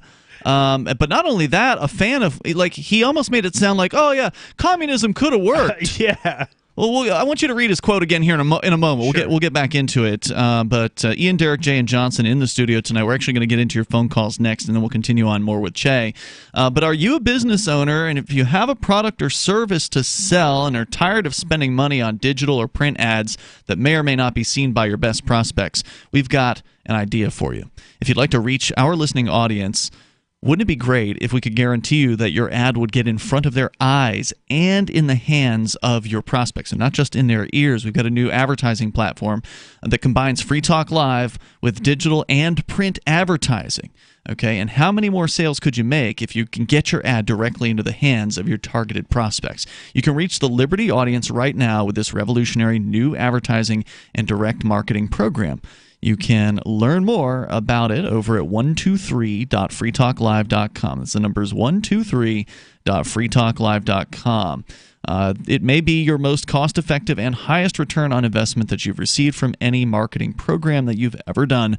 There is limited space, however, so go to 123.freetalklive.com and you can learn more there as we go to Larry, listening in Indianapolis. Larry, you're on Free Talk Live. How you doing, Mark? Hey, Mark's actually not here, but it is Ian, Derrick, Jay, and Johnson. Go ahead. Yeah, I was talking about GBTQL or whatever, trying for reparations. Okay. Last time I called. Now, I didn't know that was happening, but it looked like I reached a conclusion that that's naturally at the end of their protest or whatever. But anyway, now where was this? Where was this protest? Was this D.C.? Was it in Indianapolis? I don't know anything about it. Oh yeah, it's in Washington now, where they have a situation where they're trying to get civil rights. Now they're trying to equate being gay compared to 400 years of slavery for the black people. Well, we do have a gay man in our studio, Derrick J. Yeah. Do you feel as though, I mean, obviously there's been some repression of gays, and it has been difficult in the past, more so I would say in the past, to come out of the closet. Not to say it's easy today for some people, but depending certainly where they live, like the Bible Belt or the South and that kind of thing. Is it tantamount? Is the oppression that gays have received over the decades tantamount to slavery, or not even close? Well, I wouldn't purport to speak for anyone but myself, and no, I haven't experienced anything like subjugation. So not even close, is what you're saying? No. That's what they're claiming in their petition, that they have been denied certain opportunities, and of course all this is added up over the years, and they want to step in front of line in front of the black people who were slaves, because they think that's more of an egregious complaint. I don't think there are any, at least in the United States, black people who were slaves at any point in their life. Well, I understand that my great-grandfather was a slave, right? I believe you. I stand in line at that situation. I thoroughly know about that, because my dad left the Murfreesboro plantation in Murfreesboro, North Carolina. Right, but you don't think that just because some horrific things happened in the past means that you, a person today who has not suffered those same horrors, deserves some sort of a check, do you? Well, not for myself, but I think that that man will I can't quite make out everything you're saying there. I don't know if you're on a speakerphone or what's going on. Well, yeah, I'm getting closer. Can you hear me now? That's better. Yeah, go ahead. Well, I'm just trying to say that if it would stop happening, it would be fine. But most of the elite gays here in Indianapolis, they hate colored people, black people. They really hate them. So I just think that they're going to move in the front of us and getting reparations, and all the people in Washington going to go right along with it. And then I don't know. I'm going to be skeptical on this one. I think they will do it. For all of the calls for reparations over all these decades now, it hasn't happened yet, and there are obviously horrific things that happened in the past. You think the gays are going to have more political swing, and they're actually going to get some form of reparations? It seems unbelievable. They certainly will get it. I think they will get it. What do you think of this theory, Derrick J., as the gay guy in the studio here? Well, I learned recently that among polling, young people, for the first time ever, are now less tolerant of gay people. Really? Yeah. The number has actually declined, and they're the only age group where the that's number of the people case. who are tolerant has declined? Yeah, that's the only age group where that's the case. So for seniors or middle-aged, or even people in their 30s, still like more accepting. Yeah. But with younger people, it's less. I think they've gone too far. The pendulum I think has Larry's swung really hitting on something important here, which is that, these people may have had a legitimate grievance here and there, but then they start acting like whiny children who, like, that's their only trick, that they know how to get what they want from their parents. So they're going to whine and complain until they get everything. And it's ridiculous. I don't even understand. I mean, Larry, I don't believe they could administer a gay, like, even if the politicians wanted to put a reparations program into place for gay people, you don't test for that, right? Like, I mean, how would you know if somebody is gay? Is it the amount of lisp they have? Is it the way they hold their hands? Is it the way they dress? Point. I mean, because that's my point. That's my point. Yeah, I don't think you have to worry about this. The only thing is that is real is what everybody agrees on. Black people can't change their skin color or anything like that. And I just think that they have the clout, they have the power, they are holding America hostage right now. Well, no, it's the government. It's the U.S. government that's holding America hostage. It has nothing to do with gays. Okay, well, they're a part of it, but they want to force themselves in our institutions. Like a couple Catholic schools have had to fire people who were in gay marriages. Right? They knew when they signed the contract the Catholic Church didn't play that, so they're coming out trying to sue the Catholic Church, trying to make them break all their rules and stuff and accept them. And I don't think it's the issue. I mean, if you're gay and you're white, you are white. That's the bottom line right there. And most elite gays do not like colored black people. I won't use that word on your. Well, that's new. That's a new claim. I mean, for me, I don't know what an elite gay is, but I know. I know Derrick J loves himself a black man. So, hey, thanks for the call tonight, Larry. I appreciate it. Toll-free number. I guess you're just not one of the elites. Yeah, I like that phrase. Is that supposed to be a euphemism for something? What? What phrase? Elite gay? I don't know.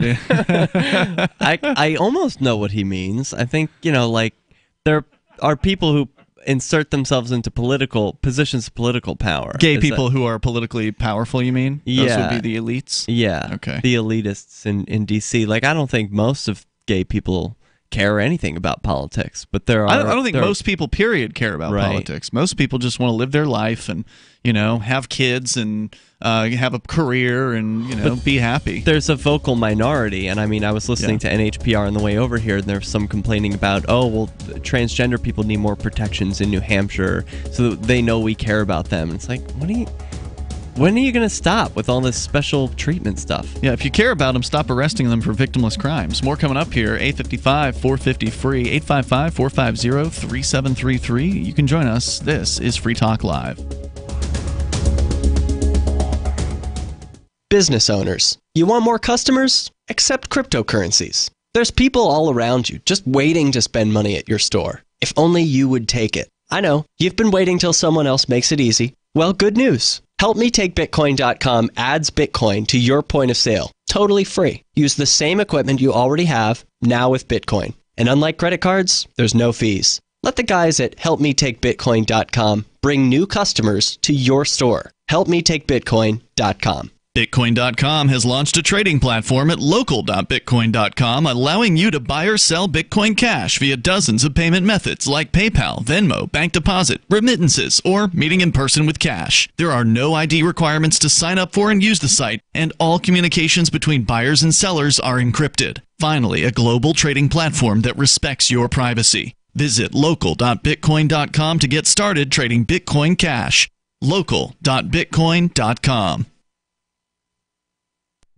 Would you like to hang out with Penn Jillette? He's keynoting Freedom Fest this year. I, for one, am thrilled. Freedom Fest is the largest liberty-oriented gathering in the world. They take a Big Tent approach with libertarians, conservatives, liberals, anarchists, and just open-minded people mingling together to hear real debates, share real solutions, and converse freely. This year's theme is the Wild West, a time of liberty and opportunity, or a time of anarchy and violence. Maybe both. Go to freedomfest.com/FTL and get your tickets now. freedomfest.com/FTL. Not convinced yet? Hey, I understand. It's a high-end event, even with coupon code FTLEB. Sure, you're likely to receive investment advice that'll make that sum seem paltry, but I have something special for you. Go to freedomfest.com/FTL and you'll get the 5 best speeches from last year for free. Call it a test drive. Do yourself a favor and go to freedomfest.com/FTL. freedomfest.com/FTL. Use coupon code FTLEB for a discount.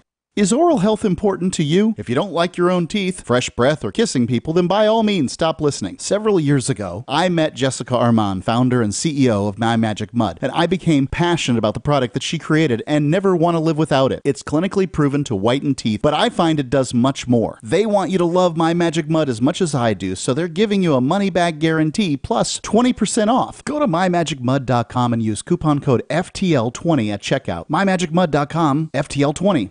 Some of you asked, and now we've delivered. LRN.FM's live Keene, New Hampshire studio shows are now streamed in HD on Twitch. Visit our channel at twitch.lrn.fm and give it a follow. If you have Amazon Prime, you get one free subscription on Twitch. If you use it on our channel, Twitch will give LRN.FM a monthly piece of your Prime subscription cost. So please watch, follow, share, and subscribe to twitch.lrn.fm. That's twitch.lrn.fm.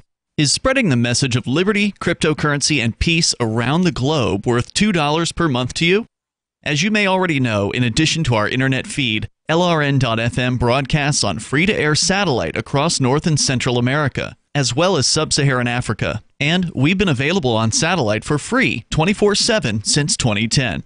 The LRN.FM free-to-air satellite signal is reaching some of the most oppressive regimes in the world, and there's no doubt our ideas are making an impact. You can learn more about the channel's impact by watching the 3-minute video at fund.lrn.fm. If you'd like to help free minds globally with our ideas of liberty, cryptocurrency, and peace, you can donate as little as $2 per month via fund.lrn.fm. You can help us continue and expand our satellite broadcast to multiple continents. Visit fund.lrn.fm today, and thank you for your help. Don't forget to share the link on social media. That's fund.lrn.fm. Help get LRN.FM into more ears. Visit promote.lrn.fm for a free bumper sticker, flyers, banners, graphics, and more. Promote.lrn.fm.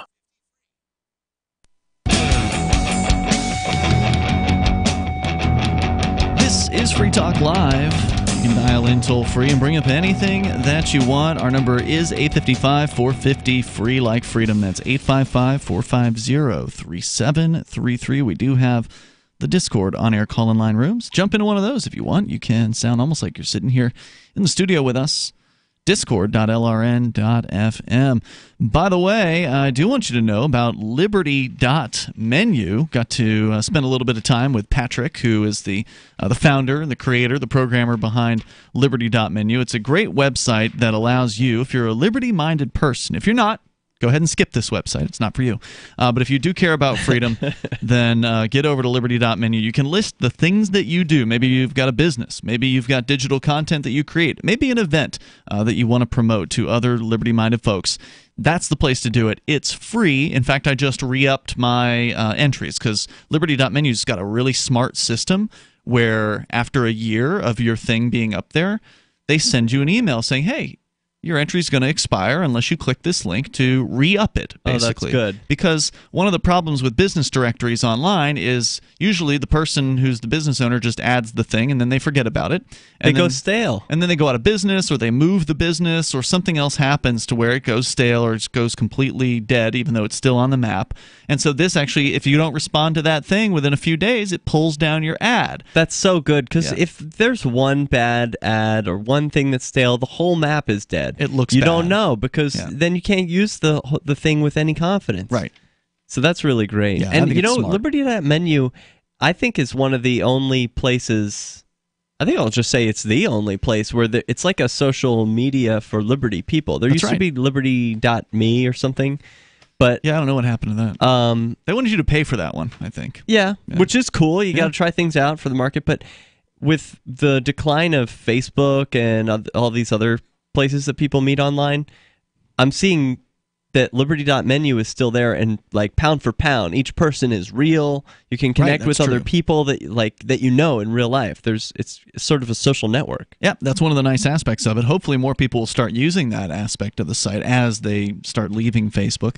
But go check it out over at Liberty.menu if you want. You can use code FTL on your user profile and get a Free Talk Live listener badge. We can't give you a discount because it's free to use the site. So get on over to Liberty.menu. And once we know the dates for Forkfest, there will be a Forkfest event on Liberty.menu. That was good. sort of the unofficial, official, or whatever, the one event that you could RSVP to, where you didn't have to be on Facebook to do that, which is pretty sweet. All right, so we continue here. We were talking about the killer in Cuba, the terrorist that John McAfee apparently has made statements on his Twitter. Was it on Twitter where he made these statements, yes, Johnson? Yeah, his official Twitter account. He got uppity. He got very mad about some people criticizing Che Guevara. Interesting. And if you don't mind, Johnson, can you pull up his full statement again where he mentions how communism could have worked if they just let it in Cuba or some nonsense sure. like that? So the original quote from him is, if you call Che Guevara a terrorist, you show your ignorance and your acceptance of the U.S. government's propaganda and lies. If you have not read his diary or you know nothing of his life, then it would be best for you to keep your mouth shut on my page. So he's clearly very protective of Che here. On his page? Yeah, on his Twitter or whatever profile. Okay. So then somebody says Che was a real hero. He fought for people and justice. And McAfee. Who says that? Bev1. Oh, okay. Someone not McAfee. Yeah, and then McAfee says, yes, truth. And, there's... Now, who did he exterminate again, or attempt to exterminate? There was gays. Capitalists. Anyone who dissented with that particular regime. Basically anyone who wasn't a Marxist. To be fair, how do we know that that is true and that it's not propaganda? Presumably the family members of the people who were murdered.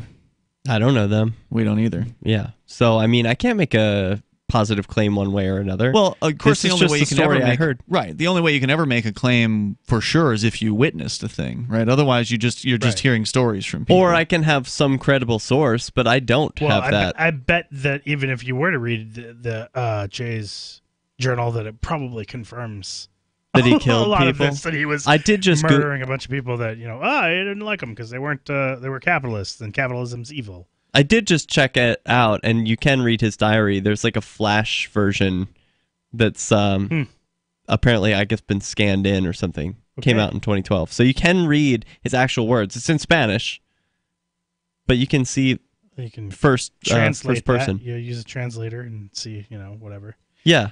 So somebody asked him, what are your thoughts about communism? And McAfee replies, I have none. Communism here in Cuba was never given a chance to reveal its potential or lack of it. If it has been strangled by the U.S. for 63 years. This is the same claim, before you go on, this is the same claim that the socialists make about Venezuela. It would have been a socialist paradise if it weren't for that U.S. meddling. If it only weren't for the U.S. and the government of the United States sanctions against Venezuela, it would be a wonderful paradise, a socialist paradise. I can understand that claim. I mean, how can they know? If you're someone who really believes in communism and socialism, and you think this is the best system and it would really work, and you know that the U.S. empire is interfering in your local politics, then how could you not say, my thing wasn't fully tried. My thing wasn't. It's a bunk claim because the claim requires, if they're going to say that the reason why communism or socialism failed is because of sanctions placed on the country by the United States, which basically means the U.S. won't trade with you and won't trade with others who trade with you. Yeah. It still says your government or your concept cannot function without trading with the United States.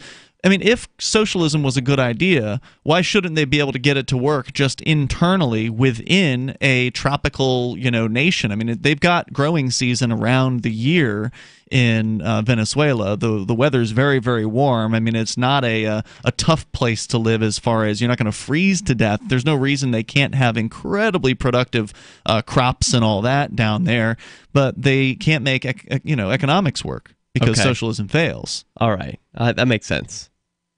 Johnson, more?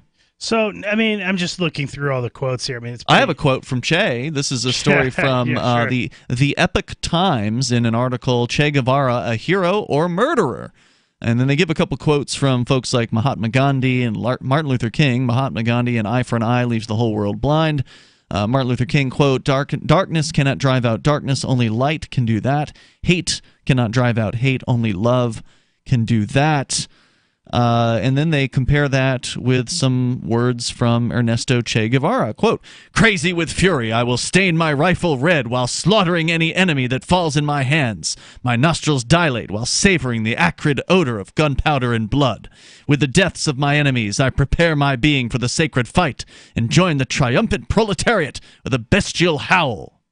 These are the words of Che Guevara he wrote in his famous essay, and their effect is quite different than those of the former examples. And then go on to talk more about his history, but I imagine you have more to share. Yeah, I mean, I would recommend people look up. There's two videos that I've been posting because I've been talking about this a little bit because I just was fired up about this today. So there's one called "History versus Che Guevara," which is from a TEDx speech from Alex Gendler. That talks about, like, it's a series called History on Trial, and it talks about basically both kind of viewpoints about the history of Che Guevara. You know, it's this, you know, doctor became revolutionary, put Fidel into Castro, and just gradually became more and more violent, killing, you know, just going on a crazy killing spree. And then related to that, you know, once you have that kind of background and education about the history, there is a clip about called John Stossel, Communism and Capitalism, and where John Stossel talks about you know, the Che T-shirts and people wearing these shirts, and you know, why would anyone want to honor this murderer? People who don't know. Right. They don't know that he was a murderer. There's another excerpt here we can share, and I'm sure you've got more as well on Che. If you want to weigh in, especially if you're a fan, maybe there's somebody out there who really loves Che Guevara, and you think we've got it all wrong. The toll-free number here is 855-450-FREE. He was just a really sweet guy who actually cared about the gays that he had killed, or something. It's Free Talk Live. Hi, this is Dr. Joel Wallach, the Mineral Doctor. You've heard me talk about 90 for Life for years. 60 minerals, 16 vitamins, 12 amino acids, 2 fatty acids. You may not know this, that I've actually designed Arthrodex for animals. That's right. Your pets need 90 for Life, too. Get this essential pet product by calling 877-279-9422. That's 877-279-9422. Again, 877-279-9422. Hi, I'm Dan Pilla. I started fighting the IRS over 40 years ago when they tried to seize my mother's house. I sued the IRS and won. I beat the IRS then, and I've been beating them ever since. I wrote the book on tax debt settlement, and I've helped thousands of people deal with tax problems they thought might never be solved. I can help you too.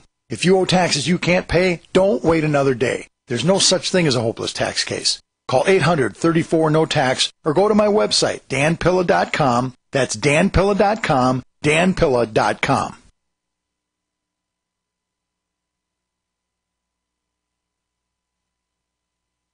Would you like to get back that full head of hair from years past? Now, there is Reveal. Beverly Hills celebrity dermatologist Dr. Nathan Newman took nearly a decade to develop Reveal from natural botanicals to return to a full-body head of hair. Reveal for men and women with a 30-day money-back guarantee at gcnlife.com or toll-free 844-443-6637. 844-443-6637. Reveal at gcnlife.com. Have you checked your Google search results lately? Search results are usually the first impression that people form of you or your business, so make sure that they create a positive impression with Reputation Defender. What the internet says about you can have a big impact on your life and your livelihood, even if it's not true. Fortunately, you can now control how you look online and in online search results with Reputation Defender. Call 800-831-0. I've been told no in many different ways. I give you an order and you're going to obey it. George, you can go this way. You can't do that and you have to leave here. You cannot bring signs into the rally.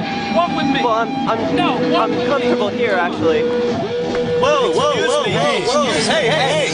Who do you think you are? Excuse me. There is no video and audio allowed in this office. No, I have work today. You ain't going to make it. Wait a minute. Hey!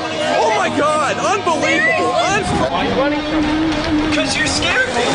What am I being detained for? You're being served. What is this? You're being served. What is this?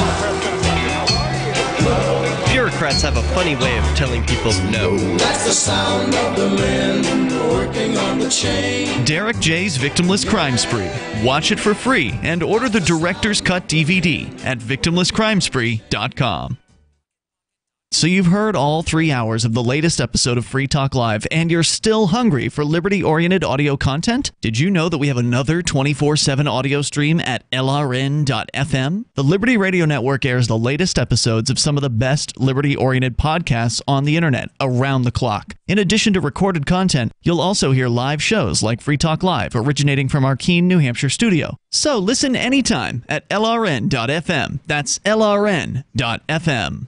There are basically two types of advertising: direct response and branding. Radio's great for direct response with its low cost to listener ratio, but audio can't be beat for branding, which is a longer term endeavor. You want to be the first thing that someone thinks of when they think about your product or service.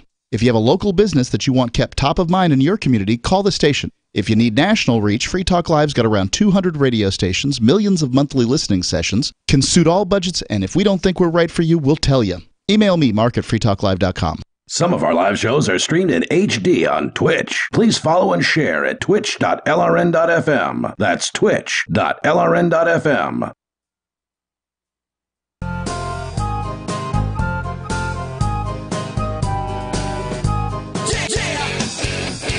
Okay, it's Free Talk Live.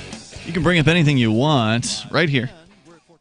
The toll-free number is 855-450-FREE. That's 855-450-3733. And we've got the Discord call-in line rooms over at discord.lrn.fm. Here tonight, it's Ian, Derrick J, and Johnson. Talking about Che Guevara. Was he a murderer, a scumbag, a statist thug, or was he some kind of a good guy, as John McAfee seems to believe? He has been in defense of him recently on his Twitter profile. I mean, the thing that the reason why I got fired up about this is just to me being surprised at how many people could be ignorant of Che, given how.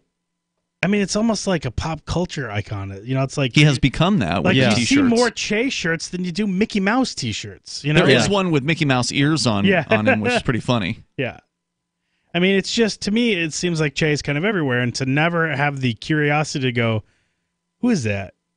Why are you wearing that T-shirt? Who is this guy? Mm-hmm. Well, it's like it doesn't even matter. It's just the look of the guy is what people want. He looks revolutionary, and that's all you need to know. Because I'm so edgy and revolutionary, man. Well, and he also kind of matches what you'd expect of a revolutionary. Kill a bunch of people, you know, dressed in like scruffy clothes. Good for him. He's buddies fighting with dictators. He's fighting for the working class, right? Man. I guess. Don't you think he probably thought that? I'm sure he did. So, I mean, at least he's not a hypocrite. I guess. I suspect he is a hypocrite, but we just don't know in what ways. Not in that way. Yeah. There's more from another story here at the Epic Times on whether Guevara was a hero or murderer, but Johnson, do you want to share from your source first? So my sources were all video, so... well then let me share some choice info here.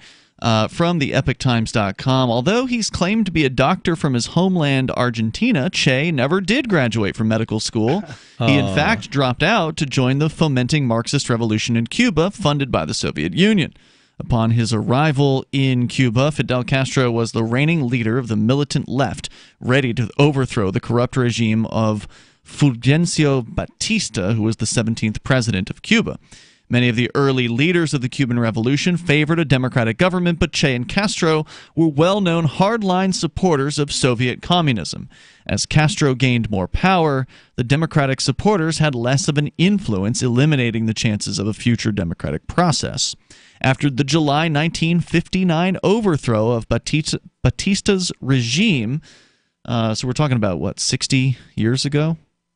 Che presided over the first firing squads and established labor camps across the country modeled after Soviet gulags. He acted as judge, jury, and executioner, of which he personally took pride.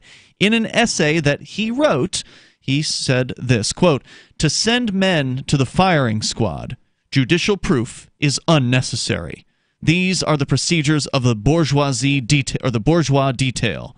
This is a revolution, and a revolutionary must become a cold killing machine, motivated by pure hate. We must create the teaching of the wall. Now, I don't know what... apparently, he's referring to the Berlin Wall, built by his comrades from Russia, was a testament to the process of dealing with dissidents and the elimination of opposition and the newly formed communist Cuban dictatorship, and eliminate they did. Through these newly formed labor camps, Che ordered the death of hundreds of thousands of helpless Cubans, including women and children as young as 14 years old. He personally executed over 180 people, though some say many more fell at his own hands. A special detail at the camps was appointed to deal with the, quote, gay problem, as they were imprisoned as well, and journalists were given no free voice as promised. So this guy was, according to this story here, the head over all of the internment camps and the murders that went on within them in Cuba during the so-called revolution. So not a good guy. Yeah. So one of the things that people will say about Che that he did good things was that the support of hospitals and also the literacy rate in Cuba, right? Raised the literacy rate to one of the highest in the world, supposedly 96 to 98%, which that's kind of cited around the look at all this good that Che did. Of course, where does that fact come from? The Cuban government. So is whether or not that's actually accurate is probably highly debatable. But then also the fact that what are you going to read? Because the other thing that they Cuban did newspapers written by the government, they censored the hell out of everything in Cuba. The free speech is non-existent. The state runs the news. Yeah. Wow. It's called Granma, I think, the state paper. Like, try and find a copy in 1984. Not going to have it. So just disturbing. Do you think McAfee is just saying this because of the he's context? He's there right now, and I don't know. They say that if you are an American and you're concerned about the American government spying on your devices, then you should buy Chinese devices because they would be. Then only the Chinese government can spy on you. Theoretically, yeah, you're safer with that enemy than the local enemy. The enemy of my enemy is my friend. Yeah, basically. Yeah, exactly. So, well, if he's seeking protection from the Cuban government, then that would explain his behavior. Right. Mm-hmm. I mean, guy's got to live, but right? He's going to get called out on it, and he should if he's going to continue running as the Libertarian Party presidential candidate. Right. He's shooting for that nomination, and in order to get that nomination, he's likely going to have to debate, and in those debates, he will be subject to being asked questions. Right. Why is he's tanking a lot of his support from he's going people who support him because of his liberty. His views on liberty and his purported views. Should any politician be supported for their actual views, or shouldn't it just be? We don't know what their views are. Yeah, but shouldn't it just be in popularity contests where the most entertaining wins? I think that's how it's supposed to work. I thought it was the best looking. Frankly, that was what it was supposed to be. Definitely not, because politics is Who's Hollywood. Who's more entertaining, John McAfee or Vermin Supreme? Vermin, but John McAfee's a close second. Yeah. So you wouldn't mind seeing a Supreme McAfee campaign then? Mind? That would be the best blessing be I've had. Yeah, I mean, we should be so lucky. Supreme that would McAfee. be great. Yeah, Supreme first. Right. So I want to see those debates I want to see Vermin Supreme debating Trump. I would love that. That would be amazing. Unfortunately, it's highly unlikely to ever happen. Well, I don't know. Well, I did talk Anything's possible. I did talk to Vermin, actually. He has yet to make up his mind. I mean, he does seem pretty set on seeking the Libertarian Party nomination. And he hasn't done that yet. Well, it's still 2019, so it's still pretty early. He has to make up his mind by the time there's the filing deadline for the primaries. So last time around, in 2016, he ran as a Democrat in the Democratic primary.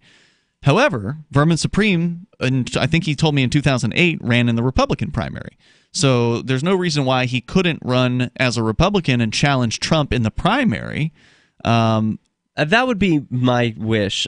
He would do a lot better as a Republican than as a Libertarian. I think it would be more entertaining for him to do that because he's going to be ignored as the Libertarian candidate. Nobody cares. Yeah. I don't even care about the Libertarian candidate. It's boring. It's usually the a waste of worst. time. Yeah. I want them to go away. But the thing is, he was able to still run as the Libertarian Party. He ran in that process after failing in the Democratic primary. So I guess what he's worried about is there's certain rules in some states that restrict whether or not you can run in another party after you've already lost a primary. So he loses as a Republican, then he can't run as a Libertarian in those some states. Who cares? I still think it's worth it. I think he should go for the Republican and take on Bill Weld and take on Donald Trump. If Vermin is still on the fence about this, then he needs to know that he's sorely mistaken. If he's mistaking the support he has among libertarians as votes that he'll get from libertarians, that's not the same thing. Mm-hmm. I'm a libertarian who supports him 110%, but I'm like many people and probably wouldn't pull the lever for anyone. So I'm not going to vote at all. Right. But it's way more fun to pull the lever for Vermin Supreme if he's running as Republican or if he gets a chance to troll some of those people. He'd have my vote in a Republican primary for sure. Yeah, and for a libertarian, I just wouldn't care. I wouldn't even want to show up. You couldn't even. Doesn't matter. I mean, in order to vote in the Libertarian primary, it's a closed private primary anyway. You'd have to be a delegate to their convention and then go to their god-awful convention in whatever city they're having it in. And you know, the thing is, it will make people happy, and I think it would be more fun to make people miserable and make them upset than to make the libertarians happy, is make the Republicans mad.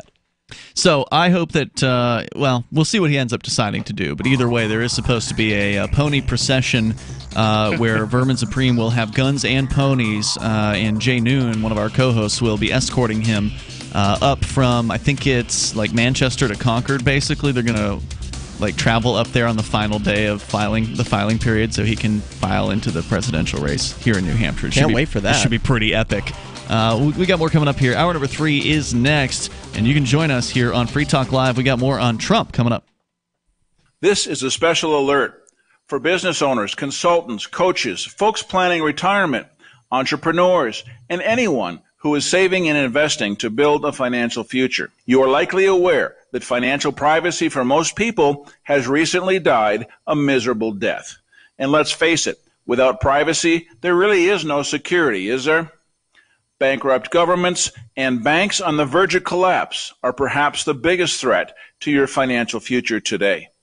The Lighthouse Law Club recognizes this and has been working diligently to provide safe, secure, and productive tools to ensure your privacy, your financial security, and your future financial well-being, despite the catastrophes which many people fear are looming ahead of us. Find out more with a variety of free videos on the YouTube channel for Lighthouse Law Club. Just search YouTube for Lighthouse Law Club and secure your future today. What do you shop for that you could otherwise buy at Amazon? Pretty much everything, right? Amazon has competitive pricing and they deliver, and that's a big plus. If you could plan ahead in your shopping, would you be interested in saving up to 33%? There's a catch. You have to do your shopping in Bitcoin. But imagine those savings. It's like a huge raise. All you have to do is go to saveitpurse.com. We've saved thousands, and you can too. Plan ahead and save. Saveitpurse.com. If you want to know the latest about Free Talk Live before we go on the air, all you need to decide is how you want it delivered. It's your choice. Visit news.freetalklive.com to receive our usually weekly news updates by email. Plus, we have a Twitter account at twitter.freetalklive.com, and you can follow us on the Decentralized Mastodon platform at toot.freetalklive.com. So please follow us at toot.freetalklive.com and sign up for our emails at news.freetalklive.com. You're listening to the live edition of Free Talk Live. Hour number 3 is next after the news here on the Liberty Radio Network at LRN.FM. This is the Liberty Beat, your daily source for liberty news and activist updates. Produced in partnership with SNLS News and listeners like you. Online at libertybeat.news and snls.news. I'm Mick Murrow with your latest edition of the Liberty Beat. Gold is trading at $1,419, silver at $15.44, and Bitcoin is trading at $10,913. Today's prices are brought to you by InnoScale. Take off with Managed Cloud. Looking for a safe, secure way to store your important files online? Let InnoScale handle it for you. Their high availability cloud servers are the perfect solution for clients needing one or more secure scalable servers with built-in hardware failover protection. For details, see them online at innoscale.net. In the news, making good on his Saturday tweet threat that, quote, "we are putting major additional sanctions on Iran on Monday," end quote. President Donald Trump said Monday he's imposing sanctions on Iran's supreme leader, Ayatollah al-Khamenei, and his office, a step designed to increase pressure on the Islamic Republic. These measures represent a strong and proportionate response to Iran's increasingly provocative actions. We will continue to increase pressure on Tehran until the regime abandons its dangerous activities and its aspirations, including the pursuit of nuclear weapons, increased enrichment of uranium, development of ballistic missiles, engagement in and support for terrorism. Speaking to reporters at the White House on Monday, the anti-media reports that Trump said the sanctions would deny Khamenei access to financial resources, although it wasn't immediately clear why anyone believes the 80-year-old Iranian supreme leader was stupid enough to have any exposure to the Western financial system. The Liberty Beat is sponsored in part by Brave Botanicals, high-quality kratom and CBD at reasonable prices with excellent customer service. Brave Botanicals is activist-owned and mission-driven, and believes so strongly in the power of kratom, they're giving it away for free. Just go to freeounceofkratom.com for a free ounce of kratom delivered to your door. Just pay shipping. That's freeounceofkratom.com. This is the latest edition of the Liberty Beat. Find us online at libertybeat.news and snls.news. Your news now continues.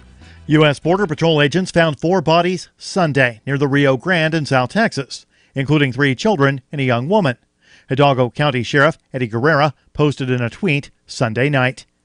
The Mind Unleashed reports the 4 bodies were found in the Las Palomas Wildlife Management Area of Mission, Texas.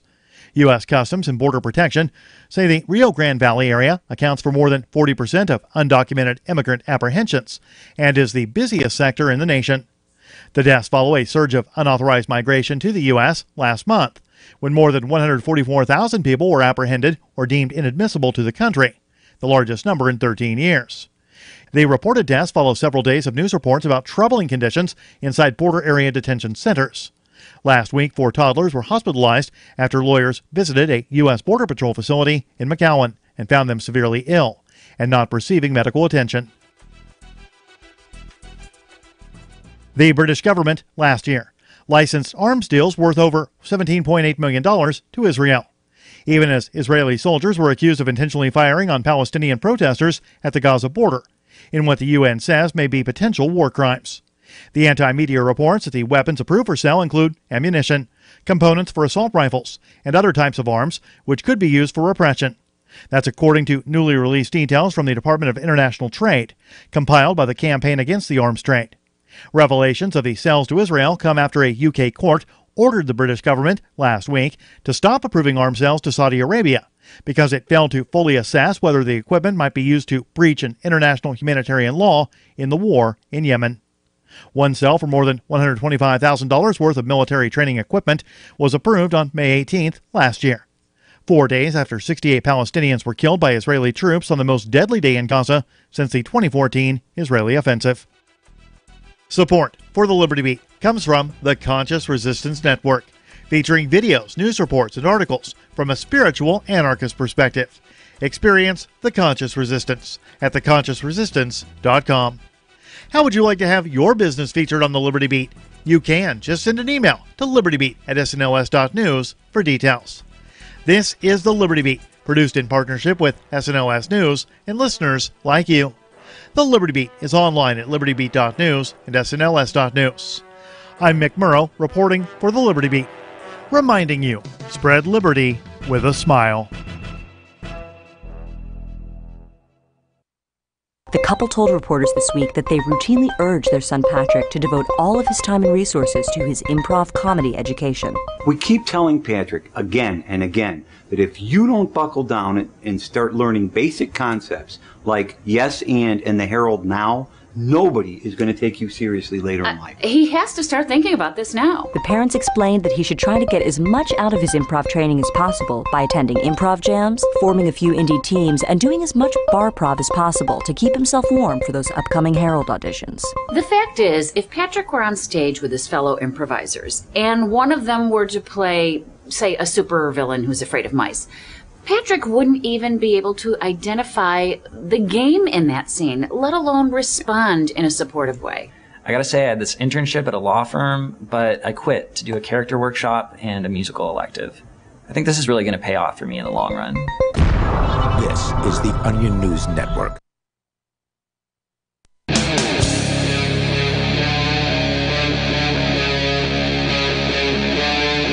Free Talk Live. It is Free Talk Live, and we're launching into the third hour of this program. My first one back in a week. I mean, I literally been off a week to attend the Porcupine Freedom Festival, and I happen to have Monday nights off as well, so I decided to stay for an extra night at the campground right afterwards, just to kind of wind down, not have to run right out the door, and it was kind of nice. Is that a weird feeling for you? What's it like having a week off? Well, I mean, I never really truly am off because if something goes wrong, I've got to fix things that break. So you're always aware at like 7 p.m. Eastern. You just are like tuned in to what's going on. I'm always on call to some extent. There's never a true break because it's always the day when you try to like disconnect when things go completely wrong. But do you find yourself like, do you talk to yourself, or you just listen to the show, or do you call in on your days off? Or no, I didn't call in. Okay, I don't think. No, yeah, I didn't call him. You don't have like this impulse to be a part of the show at every time. No, it was actually really nice to just be able to hang out at the Porcupine Freedom Festival and not have to, for the most part, be concerned with what was going on because the people that are here have the ability to, run things in my absence, which is great. Yeah. I never created Free Talk Live to be my show. Right. It's just my baby, if you will. I am the one who created it. But I always, I wanted it to be called Free Talk Live, not the Ian and Mark show, because I wanted it to continue if something were to happen to me or Mark or the original hosts or whatever. It should continue. One of the things you used to say a lot, I remember, is people can interview others. Like, say you ask a question of a politician, and they say, well, who are you with? And you can say you're with Free Talk Live if you call in and talk about it on the show. Right, because we don't believe in, or at least I don't believe in intellectual property, so whatever. You can call yourself whatever you want.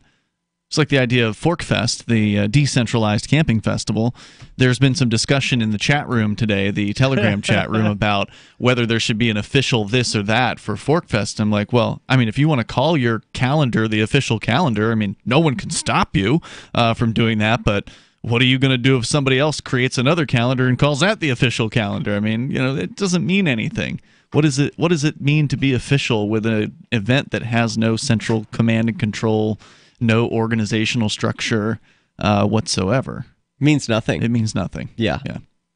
So we were talking about Che Guevara, and I don't know if you had more comments on that, Johnson, or did you feel like we covered it? I think we pretty much well covered it. I'm surprised. If you don't know who Che Guevara is, I think you should.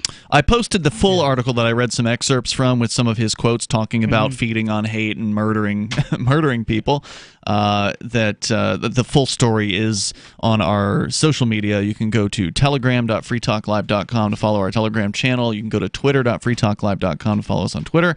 And then, of course, toot.freetalklive.com to follow our Mastodon account. It's just ironic to me that anybody, capitalist, if you're, gay, if you're a minority, these are the first people. Yeah, he did not like black people, by the way. These are a lot of the people that, tend to support, Marxist, communist ideas. And guess what? You're the first ones on the firing squad executed. Seems about right. It's ridiculous. Yeah. I did not read the full story here. He has some very not so nice quotes about blacks as well that are in that article. Well, if you're so tuned out that you're wearing the shirt of your own murderer, like your own would-be murderer, then maybe you deserve to be murdered. Like maybe you're stepping into the trap that they've set for you. Well, maybe that would be an ironic murder in that particular case. Yeah, you're like, that would be cool. I think this is great. Maybe they'd feel cool while being killed. Yeah. Wow, that's a really weird twist on Stockholm Syndrome. I'm trying to write that as a lyric into that Alanis Morissette song. Like, which one? Isn't it ironic? Oh, okay. Gotcha. Hey, let's go. Let's go to the phones here. Somebody claiming to be Perry or Paris. I'm not sure. Perry in New York. You're on Free Talk Live. Yeah, hi. Is this Ann? Hi. Yes. How can I help you? Ann, You're on the radio. How are you? Huh? Yep. Welcome back. Thanks, I'm you're on glad the to air. hear you're back. I just wanted to talk to you really quickly about something. Okay. So, Ian, I'm just asking, do you have anybody in your family that has mental health illness? I mean, I don't keep close track of all my family members. So, I mean, when you say in my family, do you mean like my parents and my sister? Anybody you care about? Because here's my issue. Anybody This I is what I'm care actually about? calling Well, about. Go ahead. I mean, I care about a lot of people, and yeah, some of them have had mental health issues. There's a former cop who was a co-host of ours for a time who had a real tough time with some mental health. Sure. I myself have lost my mind. No, I can appreciate when you're in a good mood because you don't talk to people condescending and over-talking them. So those people, who do you expect to financially support them?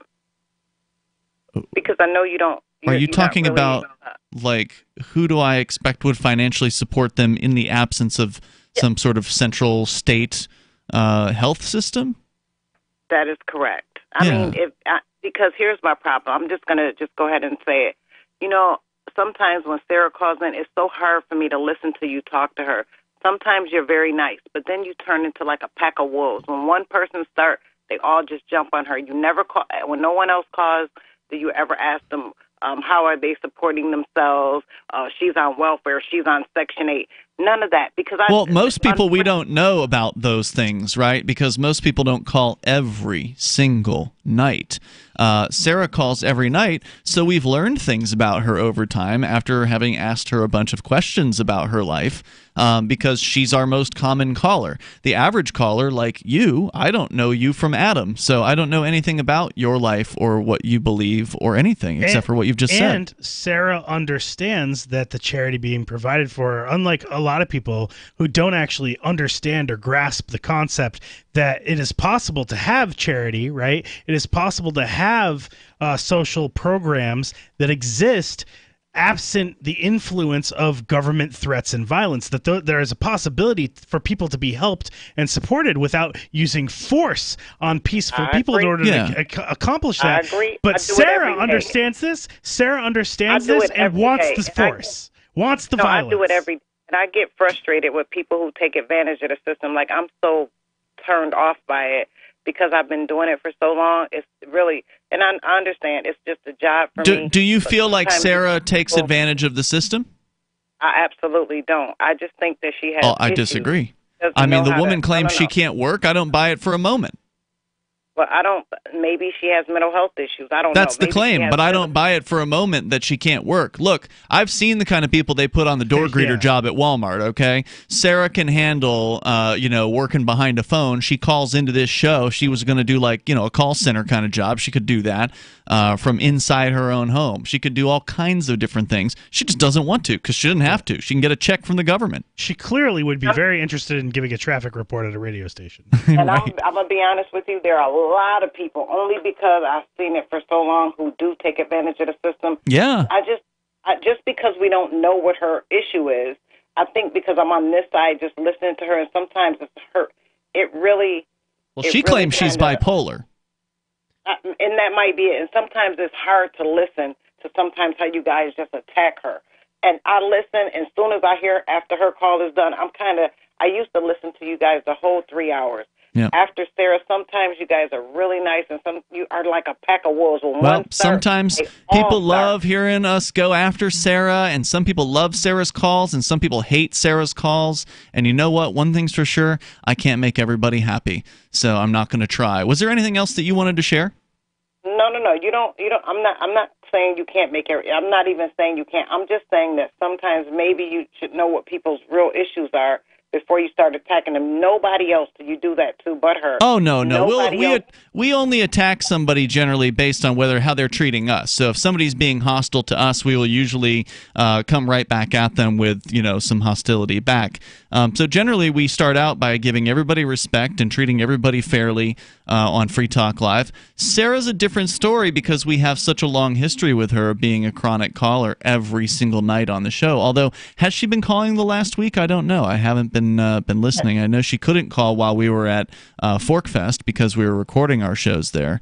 And I called, unfortunately. We ask tough questions, and that's different than attacking. I mean, we don't call her names. We don't call her stupid when I or say ugly. attacking, meaning being a condescending, talking to her a little demeaning. That's what I mean. And Well, I understand where you're coming from, Paris, and I want to say thank you for the call tonight here. And yeah, we're going to demean somebody who we think is taking advantage of the system. I can't put words into you guys' mouth. If you want to comment, you can. Coming up here in just a moment, 855-450-FREE. It's Free Talk Live. Are you dealing with overwhelming credit card debt? Then it's time to get rid of it with a mortgage refinance from American Financing. You'll work with a salary-based mortgage consultant, so there's no pressure and no commission. No upfront fees either. I recommend American Financing because they continue to help customers save $1,000 or more each month without resetting their loan term. You may even be able to postpone up to 2 months' mortgage payments, creating an even greater upfront savings. Not a homeowner yet? Mortgage rates have been falling for the last few months, making it a great time to buy. Get started now by calling 888-804-0303. That's 888-804-0303. Or try their new digital mortgage at AmericanFinancing.net. You can download an instant pre-qualified letter, and you can complete the entire mortgage process online anytime, anywhere. 888-804-0303 or AmericanFinancing.net. NMLS 182334. www.nmlsconsumeraccess.org. Don't you hate that feeling in the pit of your stomach when the police pull you over? Most people have no idea how to handle it properly, and they promptly get fed into the municipal fee-generating meat grinder. Or maybe you recall that feeling you get when you go to the mailbox and see one or more letters from the IRS. You get a sense of impending doom, don't you? So let me ask you, if you could learn how to use the law to beat the IRS, traffic tickets, almost any courtroom scenario, collectors, credit card debt, and even mortgage debt because of fraud perpetrated against you, would that be worth knowing about? Don't laugh. Investigate. Check out the life-changing benefits of the Lighthouse Law Club at their website, lighthouselaw.club. That's lighthouselaw.club. And while you're at it, visit the Lighthouse Law Club YouTube channel. You might be in for a pleasant surprise. This is a special alert for business owners, consultants, coaches, folks planning retirement, entrepreneurs, and anyone who is saving and investing to build a financial future. You are likely aware that financial privacy for most people has recently died a miserable death. And let's face it, without privacy, there really is no security, is there? Bankrupt governments and banks on the verge of collapse are perhaps the biggest threat to your financial future today. The Lighthouse Law Club recognizes this and has been working diligently to provide safe, secure, and productive tools to ensure your privacy, your financial security, and your future financial well-being, despite the catastrophes which many people fear are looming ahead of us. Find out more with a variety of free videos on the YouTube channel for Lighthouse Law Club. Just search YouTube for Lighthouse Law Club and secure your future today. LRN.FM is proud to announce our official listening apps for Android and iOS devices. Now you can easily tune into our streams anywhere, anytime on your smartphone or tablet. Just visit apps.lrn.fm or search for LRN.FM in the Android or Apple app stores. Please download, rate us 5 stars, then share the link on your social media and let your friends and family know how you're listening to LRN.FM. Download it now, free at apps.lrn.fm. Looking for a great real estate investment? Consider New Hampshire, which is ground zero for the Liberty Movement. Your first call should be to Mark Worden from Porcupine Real Estate. He's more than just a real estate agent. He's your New Hampshire concierge. Where are the best places to live? Do you want farm, city, the burbs, or forest? Do you want a duplex or multifamily building so that renters pay your mortgage? There are homes in all price ranges in New Hampshire, and Mark can help with financing too. Invest in Liberty and property. Mark Worden can help. PorcupineRealEstate.com. Love what we do? Please help support our international satellite channels at patreon.lrn.fm. That's patreon.lrn.fm.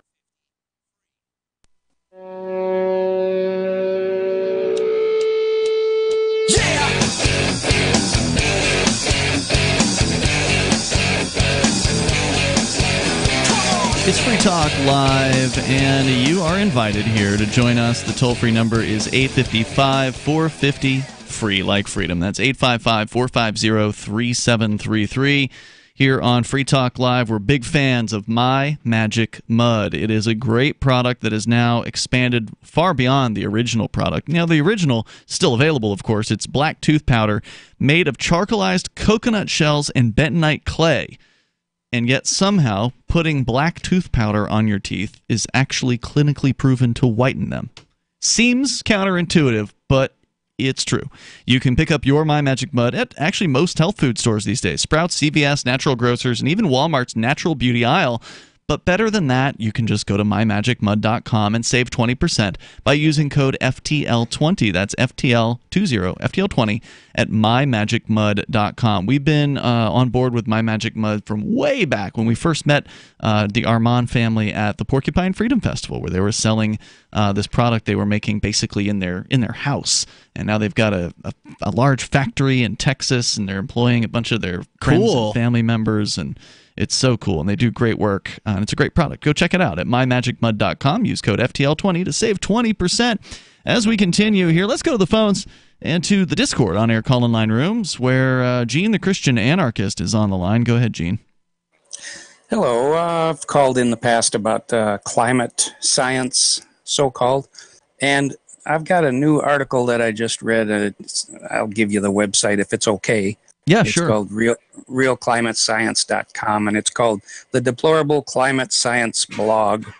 Anyway, they go through and they show how NASA and other agencies have been manipulating the data, making the charts look better.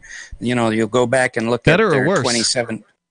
Better for them as far as climate change. Okay, you know, they're meaning claiming that... They have, go ahead. Yeah. They have an agenda to push, and so they're modifying the actual data so that it fits their agenda. And this is something that I've noticed throughout my lifetime, is that they're no longer telling us what the temperatures are. You know, when I was young, we used a mercury thermometer. You looked at the mercury, you found out what the temperature was.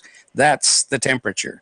Nowadays, they use this heat index, and that's what you hear all the time on the news. When you see those temperatures, it's a 102 and 99 degrees and all those temperatures. They're not talking about mercury anymore. They're talking about this thing called, their heat index, which they're taking into account the humidity and the wind and all that stuff. Hold on, now, sure, wait a minute. Are you talking you about... don't like knowing how it's actually going to feel Wait a minute. outside? I just want to clarify something. Are you talking about what I've seen as the feels like temperature? So sometimes, That's right. Yes. Sometimes I will see the temperature, and then, like, I think weather.com has this where they show the temperature in the mercury style, like you're talking about, and then it also says feels like, and then they have a different temperature that's the underneath heat index. that. I'm imagining people started wanting that because it's popular, because it makes sense. And- you want to know how it actually is going to feel outside. Am I going to be covered in sweat, or is it going to be nice out? Well, and it's nice if it's used that way, but I'm telling you, they're taking those feels like temperatures and they're putting them on the graphs. That's comparing to historical temperatures. Historical temperatures were not feels like temperatures. Yes. And You're saying and they're NASA? changing. You're saying NASA is doing this? Oh, they've been caught doing it. You look at the graphs that they put out several years back and compare them to graphs that they're putting out now, and they're obviously making adjustments. They're adjusting the temperatures. Yeah, you well, they're can't adjusting compare them a heat up. index to an old, comparing That's a heat apples to index and a oranges. flat temperature doesn't make any sense whatsoever. Hey, Gene, the Yeah, Christian and- anarchist, what if there was a database that contained all of the temperatures from around the world and logged it every 10 minutes, and it was immutable? Well, I believe we have databases like that, and those are typically just ignored. Who has the that? real data is, well, I think that there's raw data out there that you can get from the weather stations. Yeah, And the Well, how raw do you data- know that hasn't been adjusted? Like, how do you know Well, I that people don't- at I don't NASA know. haven't gone and said, okay, we're going to change this data to make it fit our models, or some future organization goes back and changes it? Well, I don't know that for sure, but at least that data has not yet been interpreted by a political agenda. Derrick J., were you going to to point out that there actually is an app that uses blockchain technology to record temperatures? Yeah, in fact, 98% of all transactions happening on the Bitcoin SV blockchain are this app. Really? That is 98% of all the transactions fees that are being paid on Bitcoin SV are going into storing the weather information for different locations, and putting it in a permanent, immutable database. So that if there's not that this is the intention or people are paranoid or whatever, I just find it interesting. Not that I'm saying, oh, people are going to go back in time and change what the data was, but they can't. could. They can't with blockchain. With an immutable database that everyone has a copy of, you can't reverse it. So if I found a headline about this. Like I did a search for blockchain weather, right? And the first article that comes up is from the Next Web with the headline, 98% of Bitcoin Satoshi Vision's activity comes from a dumb weather app. Yeah, well, I don't think it's dumb. Yeah. I What think is it's it called? What Weather is it? SV. Weather SV. And so you can pay, and I've prepaid for a whole year to get the weather going on in Portsmouth. Mm-hmm. So no one can fudge that data. How does this Weather SV get the input? Where is it getting it? From a weather station? Presumably, I don't have a solid answer on that, but it yeah. It says, in fact, pretty much all of its current on-chain activity comes from Weather SV, an automated weather service that simply copies data from another centralized weather site and writes it to the blockchain or the BSV blockchain. Right. So I guess it's coming from another service. Yeah, as long as the source is good, then that's fantastic. But I don't know where the source is coming from. So, but either way, what I'm getting at is that science is great when they stick to science. When science gets into political agendas, they screw up. Because scientists, believe it or not, are just people like you and me, and they do some pretty stupid stuff. Do you know that when the first nuclear bomb was set off, way back in the 40s, when they pressed that button for the first time for that nuclear test, there were a number of scientists that said that when they push that button, they're going to set the atmosphere on fire and the whole planet will be destroyed. And they press the button anyway. That's the scary part. That even though people were saying that there's a possibility, it may only be 25%, but there may be a 25% chance that you're going to destroy the planet when you push that button. Cryptocurrency wallet. Sorry about that. I don't know what's going on with that. The network appears to be playing our advertisements way too early. So anyway. Go ahead. What I'm getting at is they thought that there was a possibility they'd destroy the planet. They pressed the button anyway. So these are the guys that that people tend to worship for scientists. The scientists are just people, and they make mistakes. They will definitely make mistakes. Yeah, for sure. And they do dumb things sometimes. Thank you, Gene, for the call tonight. I appreciate hearing from you. Yeah, and you just have to be skeptical no matter what the source is. There's no doubt about that. There's more coming up here, and if you want to join us, you can. We got time for you. On the way, Derrick J., you've got something about a secret plan that's no longer a secret due to a leak regarding Google and the Donald Trump 2020 campaign. That's coming up. Our toll-free number is 855-450 free if you want to join us here. That's 855-450-3733. And, of course, you can go online anytime over at freetalklive.com. This is a special alert for business owners, consultants, coaches, folks planning retirement, entrepreneurs, and anyone who is saving and investing to build a financial future. You are likely aware that financial privacy for most people has recently died a miserable death. And let's face it, without privacy, there really is no security, is there? Bankrupt governments and banks on the verge of collapse are perhaps the biggest threat to your financial future today. The Lighthouse Law Club recognizes this and has been working diligently to provide safe, secure, and productive tools to ensure your privacy, your financial security, and your future financial well-being, despite the catastrophes which many people fear are looming ahead of us. Find out more with a variety of free videos on the YouTube channel for Lighthouse Law Club. Just search YouTube for Lighthouse Law Club and secure your future today. On Free Talk Live, we're bringing people to the ideas of liberty every day. From wrestling superstars like Glenn Jacobs. You guys really are having an impact, I believe. Like I said, a lot of where I am now is due to listening to Free Talk Live. You changed my mind on some very important issues years ago. To random people tuning in on the radio. I was kind of stuck in the left-right paradigm. I heard your show by chance on a Saturday night. From there, I went on, joined the Free State Project, and become an amplifier. So, I mean, that's really the reason why I amp is because I know that if it wasn't for you guys being on as many stations as you are, I never would have found the ideas of liberty. Your amp will directly change more lives by getting Free Talk Live in front of people looking for talk radio online and on the air. When you amp Free Talk Live, you get perks like access to the AMP-only Facebook group and AMP podcast. Visit amp.freetalklive.com. Are you tired of governments murdering people around the world? Stop using their money. There is an alternative. Bitcoin is a stateless, free market, non-political currency. Bitcoin cannot be inflated or controlled by any government. By using their money, you are helping the state. Stop doing it. You have an incredible alternative available now. Learn it, use it, spread it. Get started with Bitcoin at bitcoin.com. That's bitcoin.com. There are lots of ways to listen to Free Talk Live. Our podcast has been around since podcasts began, and now the FTL feed is loaded with content besides our full show archives. Did you know that we make it easy for you to customize your podcast subscriptions? We have different feeds, one that includes only our full shows, one with just the Daily Digest, and one with just the Edgington Post. You decide what you listen to. It's quick and easy to customize your feeds at feeds.freetalklive.com. That's feeds.freetalklive.com. The Free State Project has reached its goal of 20,000 liberty lovers who've pledged to move to New Hampshire and get active to achieve liberty in our lifetime. Perhaps you're trying to figure out what part of New Hampshire should be your destination.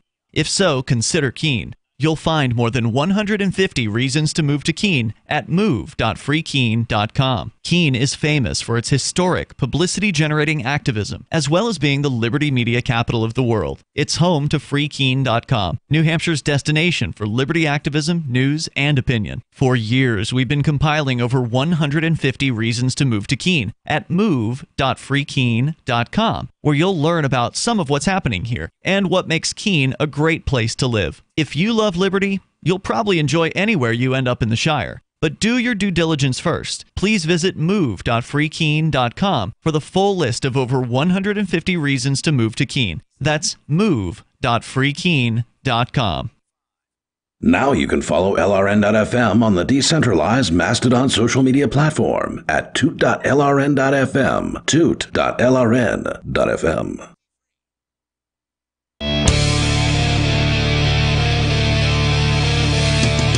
Hey, it's Free Talk Live. You dial toll free. If you want to join the show, you can. Our number here is 855-450 free like freedom. That's 855-450-3733. We've talked about Che Guevara tonight. We did kind of a level of a recap on Forkfest and the Porcupine Freedom Festival. I posted a review of both of them over at freekeene.com, so be sure you check that out. When you get a chance, with you tonight, it's Ian, Derrick J. And Johnson. And by the way, thanks to Bitcoin.com for being a longtime sponsor here on Free Talk Live. Not only is Bitcoin.com the place you can go to learn about Bitcoin Cash and how to get it and get a wallet and kind of get up to speed, but also it's the place where they've just launched, as of maybe 3 weeks ago now, I think, local.bitcoin.com. And that is a site that allows you to purchase or sell your Bitcoin Cash. And you can do it with dozens of payment methods. So cool. We're talking about PayPal. We're talking about bank deposits, remittances, cash in person, and more. All this while the old local Bitcoin site, they've stopped cash in person purchases. The whole reason that site ever existed has been completely stripped from it. And local.bitcoin.com was right on time to swoop in and allow for people to continue doing cash in person. That's got to be the best news of the year. It's huge. It's potentially that is huge. enormous. I think. What do you mean potentially huge? Well, it's a new site, so there's a lot of growing to do. Even if it's not used by a ton of people, I still think it's the biggest news of the year because it gives people the freedom to use Bitcoin the way they want to, off the grid, off the system, sort of, anonymously. Basically. Yeah. The way it should be. Right. And the other thing that you need to know about local.bitcoin.com is when you enter into a trade with another person, the messages that you have back and forth are encrypted end to end. So the site itself, their admins can't even read unless you grant them permission. Because you can, if there's let's say there's a dispute with the trade and you need an arbitrator to come in, you can grant the arbitrator permission to read the messages. But by default, nobody can read your messages with the exception of the traders. That is so great. The best thing Bitcoin.com has done.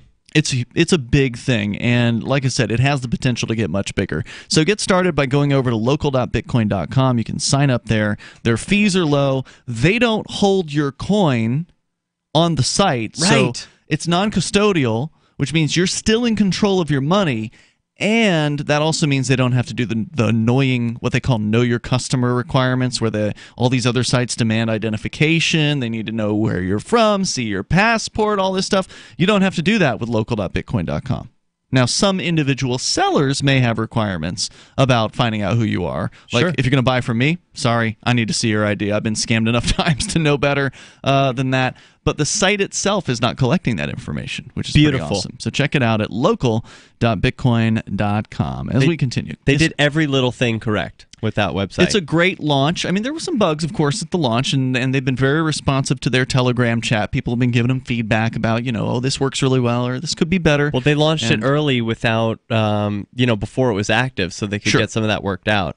I think it's been great. Yeah, I've used it actually on a couple of occasions to both purchase, and I did finally get a sale on the site over, I think it was during the Porcupine Freedom Festival as well.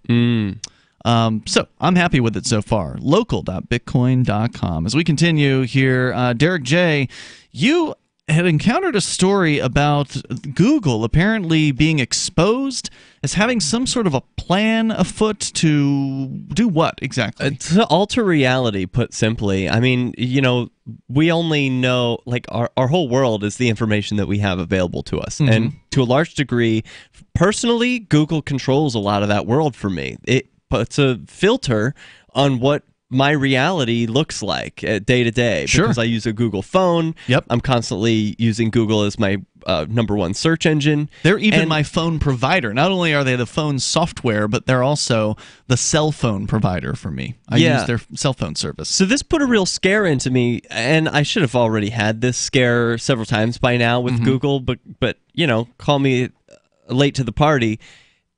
Google seems to be intentionally altering reality for people. And they used to have a "Don't be evil" catch or tagline, but they got rid of that. Really? That was like an official thing? That used to be their slogan. Yeah, they officially got rid of it. "Don't be evil," and then they got rid of that.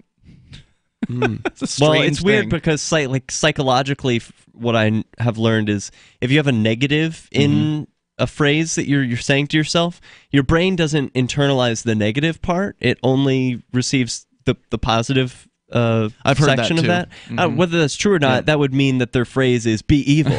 So maybe it's for the best that they got rid of that phrase. Yeah, maybe. But the news is an insider, and this is coming from ProjectVeritas.com. These are the undercover video guys. Yeah, James O'Keefe, and he runs this organization that leaks kind of out a righty. information. Is he kind of a righty? Yeah, I would say so.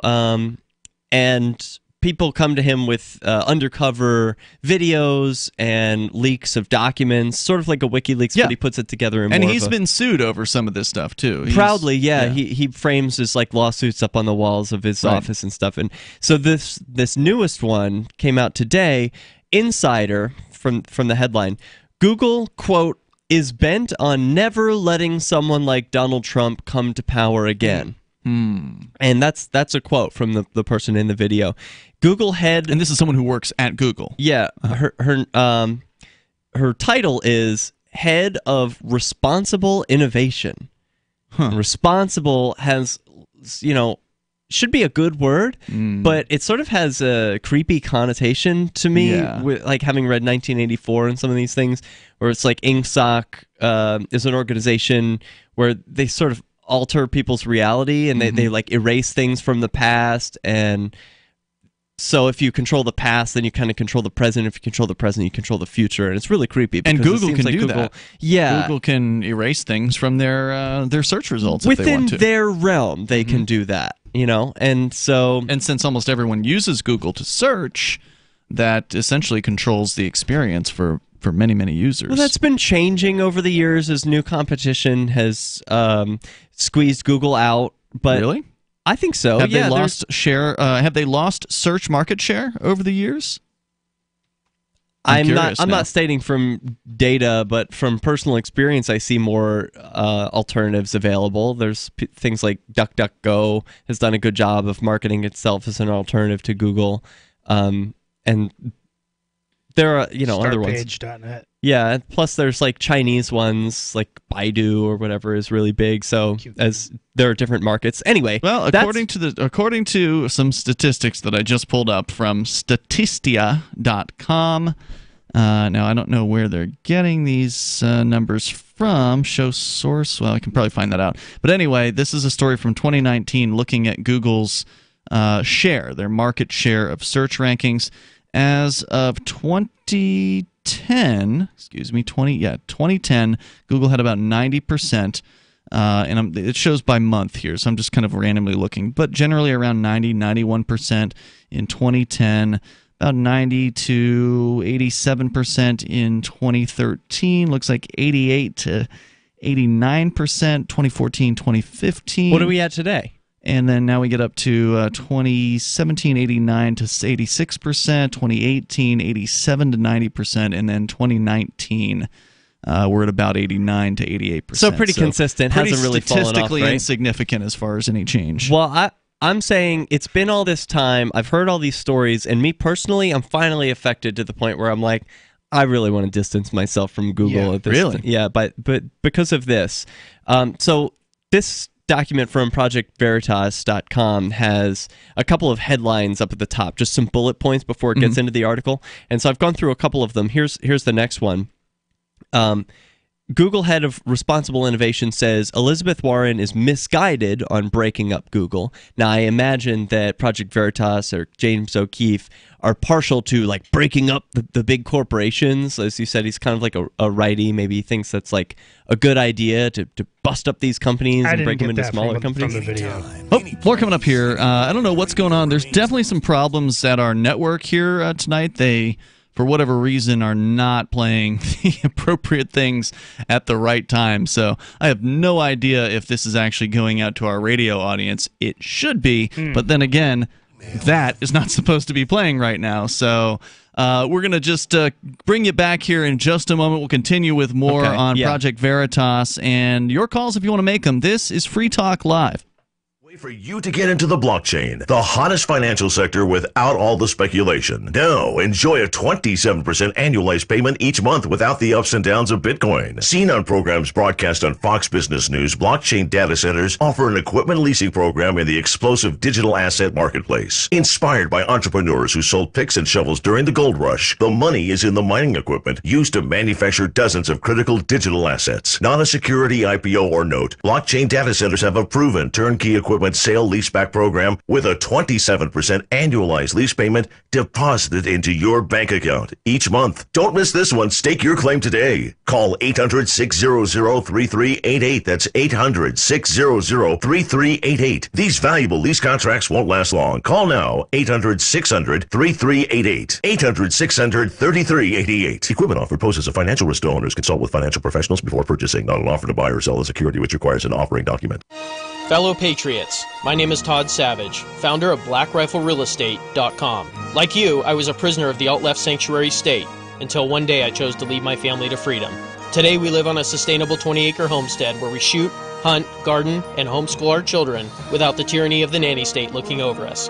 If you're ready to flee the city to the freedom of Idaho or Montana, our Black Rifle Real Estate team is here to help. Go to BlackRifleRealEstate.com. That's BlackRifleRealEstate.com.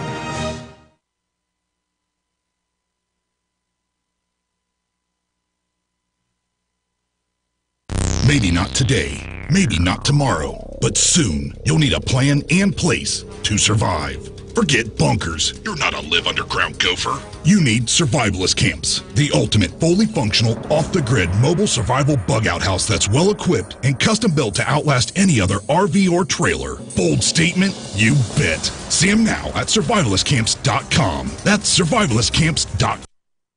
This is Michael Dean from the Freedom Fiends. I've run websites since 1996 and have used over a dozen web hosts in that time. AgristHosting.com is the only one that hasn't broken my heart. Agrist Hosting's uptime and service is stellar, and their DDoS mitigation is the best I've seen. That's important because if you tell the truth in this world, you'll ruffle feathers. And some people will try dirty tricks to silence your voice. No matter what the haters hit us with, Agrist Hosting keeps our websites online. If you have a mission-critical commercial presence or a world-changing activism site, you cannot tolerate any skullduggery. So go with agristhosting.com. Have a WordPress or blog site, but you're not satisfied with performance or uptime? Or just want raw hosting? Want to pay with Bitcoin? Agrist Hosting specializes in high-performance hosting with personalized service. Go to agristhosting.com and click on the button that says Get Hosted. That's agristhosting.com. LRN.FM now has a Discord. Discord is a free text and voice chat platform, and we now have our own server with a bunch of channels at discord.lrn.fm. You can join other listeners as they chat about various things during our live shows, or anytime, day or night. Discord software is available cross-platform, so you can have it on whatever device you want and take your chats anywhere. Join our Discord at discord.lrn.fm. That's discord.lrn.fm. So you've signed the Shire Society Declaration and are planning your move to New Hampshire to be around more liberty-oriented people. Next, sign up for the Shire Society Forum at forum.shiresociety.com. There are a bunch of people there who are already in the Shire, and they want to meet you. If you're already in the Shire physically, you should also come by the forums. Remember, not everyone uses Facebook. New people are signing up for the Shire Society Forum every month, so drop in and say hello at forum.shiresociety.com. This is the Liberty Radio Network, broadcasting the latest liberty-oriented audio content 24 hours a day at LRN.FM.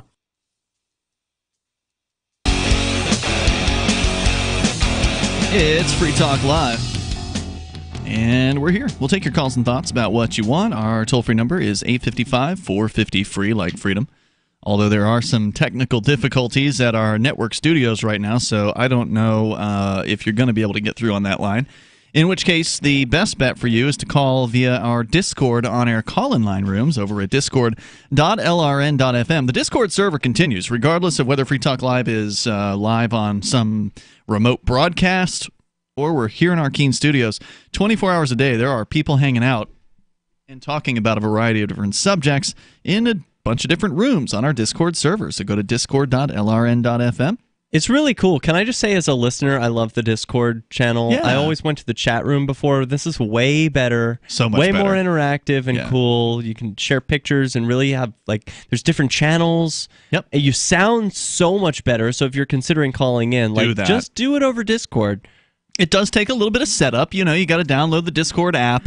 You got to go, and once you downloaded the app, you got to create a username and password. And then once you've logged in, then you go to discord.lrn.fm, and it'll jump you right into our server, and then that's it. Then all you got to do to call in is just join one of the top 4 rooms. That's it. Mm-hmm. Super easy, and like I said, it's there around the clock. So if you want some Liberty folks to talk to, there's almost always somebody hanging out over at discord.lrn.fm. And you can, by the way, try it without downloading the app. They have like a web version as well. So, by the way, I do want to say thank you before we talk more about this Google revelation that Derrick J. has uncovered via the Project Veritas website. I want to say thanks to Mal Escalvo, who is a gold amplifier, and also Brett Perry, who is also a gold amplifier. The AMP program stands for Advertise, Market, and Promote. And Mal and Brett are contributing $10 a month each. That's what makes them a gold. Our normal level is silver. All we ask for is $5 a month. If you appreciate what we do here and you want to help Free Talk Live get on more radio stations around the country, we're on over 200 stations now, and it's thanks to listeners like you becoming Free Talk Live amplifiers and getting some of the cool perks and bonuses that you get as an amplifier over at amp.freetalklive.com. You can sign up with PayPal, you can use credit cards, and you can also, of course, use Bitcoin BTC over at ampamp.freetalklive.com. We sure do appreciate it. It's amp.freetalklive.com. Derrick J., tell me more about what's been revealed here. Some executive at Google has been caught on video saying what? Yeah, here's the bottom line. That there's an executive at Google who was caught on video saying that Google can prevent Donald Trump coming to power again. Or somebody never, the quote is, Google is bent on never letting someone like Donald Trump come to power again. And how do they do this? What is their mechanism for doing this? It's by affecting search results in a way that they coin machine learning fairness. And there are leaked documents that you can actually read for yourself that are Google internal documents explaining what is machine learning fairness and how it aims to make Google's practices to make search results fair and equitable. And so that sounds really unbelievable to me. Right. I don't know. I mean, obviously, I've not read these documents, but what are they suggesting? Well, who determines what is fair and equitable? Yeah. So I don't have enough time to go into the whole document. Well, does that mean the Libertarian candidate is going to get equal results as the Republican or Democrat? I highly doubt it. Theoretically, it would if I were determining what was equitable, but I'm not at the head of Google, and they have an opinion. I found something that we might be able to play. It's very short. Oh, really? It's let me put it in. Let me drop it in our chat here, our local kind of chat. Yeah. But it is a video from Google themselves talking about what machine learning fairness is. So it's like a little 2-minute kind of.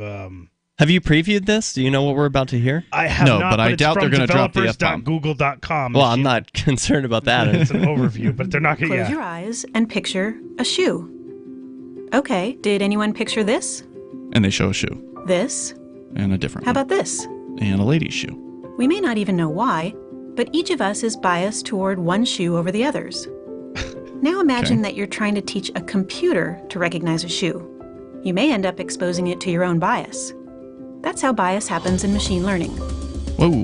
But first, what They're is doing? I don't know what they're doing. That Well, it's port used operator in a lot is of having technology problems. we use today. Machine learning helps us get from place to place, gives us suggestions, translates stuff, even understands what you say to it. How does it work? With traditional programming, people hand code the solution to a problem, step by step. With machine learning, computers learn the solution by finding patterns in data. So it's easy to think there's no human bias in that. But just because something is based on data doesn't automatically make it neutral. Well, because they're being programmed by humans, number one. Right. So there's that.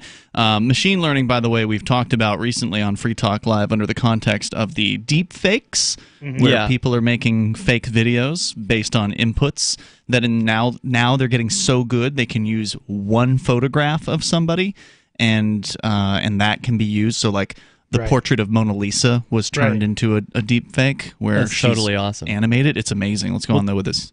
Google has their own definition that I can read to you here that gives a real example. I mean, this is their propaganda, but this what I've got is their internal memo. So this is what they explain to their own people as what this is about. All right, let's hear that. So if a representation, this is what they ask themselves before answering the question, if a representation is factually accurate, can it still be algorithmic unfairness? Yes, Google says. For example, imagine that a Google image query for CEOs shows predominantly men. Even if it were factually accurate representation of the world, it would be algorithmic unfairness because it would reinforce a stereotype about the role of women in leadership positions. So telling the truth is unfair. Yeah, and it seems like what they're saying in this internal memo is exactly the opposite of what they're talking about here, where they're like, oh, well, humans are the ones coding in the unfairness. Well, yeah, now you're going back and coding in unfairness. They're admitting to doing it. You're doing exactly what you said is a problem. Well, they're claiming it's fair, but we're saying it's not the truth. Right? I just want the most accurate representation of the world. Yeah, not like this rose-colored, okay, well, we're going to put in 50% women. Okay, now we're going to put in 13% black. And if you're in this country, it's like, how about just give us the straight truth and I'll sort it for myself. You don't need to rearrange the world because you fear you're reinforcing some stereotype. And this is what gets weird in the context of an election. Like, they want to affect the outcome of elections by changing the results that people see. So, for example, they have a screenshot of the leaker takes a screenshot of women can, and then it pre-fills what the results should be, and it's vote, do it, do anything. Women can be drafted. Women can fly. And then the men can have babies. Men can get pregnant. Men can have periods. Men can have babies now. Men can cook. Men can think about nothing. Not as empowering. So really different results. And since you know that they're changing what the outcomes of these results are supposed to be to make the world in their image the way they want it to be, it makes me not want to use their service at all, because now I know that I'm not getting the straight truth. Here's another one. Donald Trump emails, ton of results. Hillary Clinton emails, 0 results. How could that be? You know people are searching Hillary Clinton emails. Yeah. That's a search topic. These are some of the examples that we saw during the election, where during the 2016 election, there were, like, the Hillary emails was an example that you could find it on Yahoo, but it wasn't coming up as, like, the suggested search on Google, and it just seemed unbelievable. So it goes into this woman. Her name is Jen Janai, by the way, and the head of Responsible Innovation. She says that they're going to have this, like, one source of truth. And so this is the truth to Google, and then anything that conflicts with that, fake news, and it gets sorted out. So, That's I mean, creepy. look at the problem here, where there is literally a ministry of truth, and people who are determining what is true and what is not, and this is a legitimate source. Don't worry, Derrick J. The government's going to break up Google, so all the problems will be solved. Well, she thinks that would be a bad idea because small companies can't do it. I mean, I'm not interested in breaking up Google. No. Let them continue doing what they're doing. Idea. It's a bad idea to break them up. It's fine. They can do this. I just want to know about it. What are you going to use instead? Yahoo? I like DuckDuckGo. I think it was don't created... they source from Google, or am I wrong about that? No. Okay. I think they're a search engine that was created basically with the intention of retaining people's privacy. And so that's just with the search engine part of it. But Google does a lot of things for me. It does email, and so I've switched to Blue Mail for that. And so there are, like, all of these services that I want to unhook from. How do you like that? Because I mean, so far that's the major thing that keeps me with Google and not wanting to move away from it, is that I've had a Gmail account for years, and it's like there isn't another web service out there, email service, that even compares. No. It's not even close. How could I stick with a company that's doing stuff like this when I know they're reading my emails, when I know that they're listening in on my phone? It's just not okay. We are out of time. This is a discussion that should continue on into the future. What are the best alternatives? DuckDuckGo sounds interesting. It's worth learning more about. Take your time to do that. This has been Free Talk Live. We'll see you tomorrow. We have some good news. The indictments against Ross Ulbricht in the District of Maryland were dismissed with prejudice, meaning they can never be refiled. This is especially good because those indictments contain the only charge ever made that Ross engaged in murder for hire. This was a serious allegation that Ross Ulbricht denies. It was never prosecuted or ruled on by a jury, but was trumpeted by the federal government and the media as if it were proven fact. The Maryland court held these indictments for almost 5 years, poisoning Ross's case and leaving him under a cloud of unproven allegations. As explained in Ross's appeal to the Supreme Court, the fact that the judge used these allegations to give Ross a draconian sentence of double life without parole violated his Sixth Amendment right to a jury trial. Judges are required to issue sentences based on convictions decided by a jury, not unproven allegations never even charged at trial. Although this is a positive development, the dropped indictment will not set Ross free. Now, a presidential pardon is Ross's only hope of freedom. Sign the petition at freeross.org. freeross.org. The new 4th edition of Healing Our World, The Compassion of Libertarianism, will take your understanding of liberty to a deeper level and has over 1,300 updated references, new cartoons, and a foreword by Dr. Ron Paul. With discounts for multiple book purchases, the 4th edition of Healing Our World is a great gift for the liberals, pragmatists, environmentalists, and Christians in your life who think libertarianism is cold-hearted. Get yours today at healing.freetalklive.com and use promo code FTL for a $5 discount. The LRN.FM social media channels have been revamped. We've eliminated Facebook and focused on other platforms like Twitter and Mastodon, the decentralized alternative to Twitter. On our accounts, you'll find posts from multiple LRN.FM show hosts together in one place. Follow us on Twitter at twitter.lrn.fm, or better yet, move to the decentralized Mastodon social media platform at toot.lrn.fm, toot.lrn.fm. I think you'll like it. The latest episode of Declare Your Independence with Ernest Hancock is next after the news on the Liberty Radio Network at LRN. This is the Liberty Beat, your daily source for liberty news and activist updates. Produced in partnership with SNLS News and listeners like you. Online at libertybeat.news and snls.news. I'm Mick Murrow with your latest edition of the Liberty Beat. Gold is trading at $1,420. Silver at $15.34, and Bitcoin is trading at $11,677. Today's prices are brought to you by InnoScale. Take off with Managed Cloud. Looking for a safe, secure way to store your important files online? Let InnoScale handle it for you. Their high availability cloud servers are the perfect solution for clients needing one or more secure, scalable servers with built-in hardware failover protection. For details, see them online at innoscale.net. In the news, Iran's leadership has come out swinging against Washington's latest round of sanctions, with Tehran blasting U.S. President Donald Trump in harsh terms that appear to reflect the new norm in diplomatic relations between the two rivals. In a live speech televised early Tuesday, Iranian President Hassan Rouhani took aim at the latest move by the U.S. president to sanction senior officials in Iran, including Supreme Leader Ayatollah Ali Khamenei and Foreign Minister Mohammad Javad Zarif, as, quote, outrageous and idiotic. Earlier on Monday, Iran warned that the new U.S. sanctions would seal any possibility of further diplomatic talks between Tehran and Washington. The sanctions, which aim toward denying Iran's top officials access to financial resources and blocking them from the U.S. financial system, are unlikely to have much impact on the country, which has been reeling in recent months from other rounds of U.S. sanctions. The Liberty Beat is sponsored in part by Brave Botanicals. High-quality kratom and CBD at reasonable prices with excellent customer service. Brave Botanicals is activist-owned and mission-driven and believes so strongly in the power of kratom, they're giving it away for free. Just go to freeounceofkratom.com for a free ounce of kratom delivered to your door. Just pay shipping. That's freeounceofkratom.com. This is the latest edition of the Liberty Beat. Find us online at libertybeat.news and snls.news. Your news now continues. NATO defense ministers will hold talks on Wednesday over their next move if Russia does not destroy a new missile system that could allow for short-notice nuclear attacks throughout Europe, which the United States has said violates the 1987 Intermediate Range Nuclear Forces Treaty. That's according to a report from Reuters.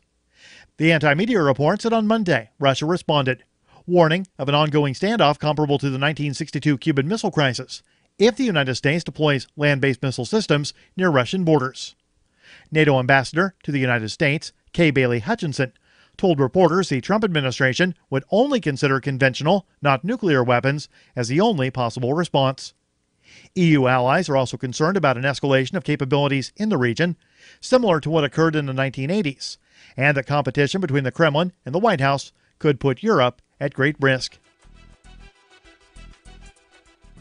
Hackers have broken into the systems of more than a dozen global telecom companies and taken large amounts of personal and corporate data, researchers from a cybersecurity company said on Tuesday, identifying links to previous Chinese cyber espionage campaigns. Activist Post reports that investigators at U.S.-Israeli cybersecurity firm Cybereason said the attackers compromised companies in more than 30 countries and aimed to gather information on individuals in government, law enforcement, and politics. The hackers also used tools linked to other attacks attributed to Beijing by the United States and its Western allies. China has repeatedly denied involvement in any hacking activity.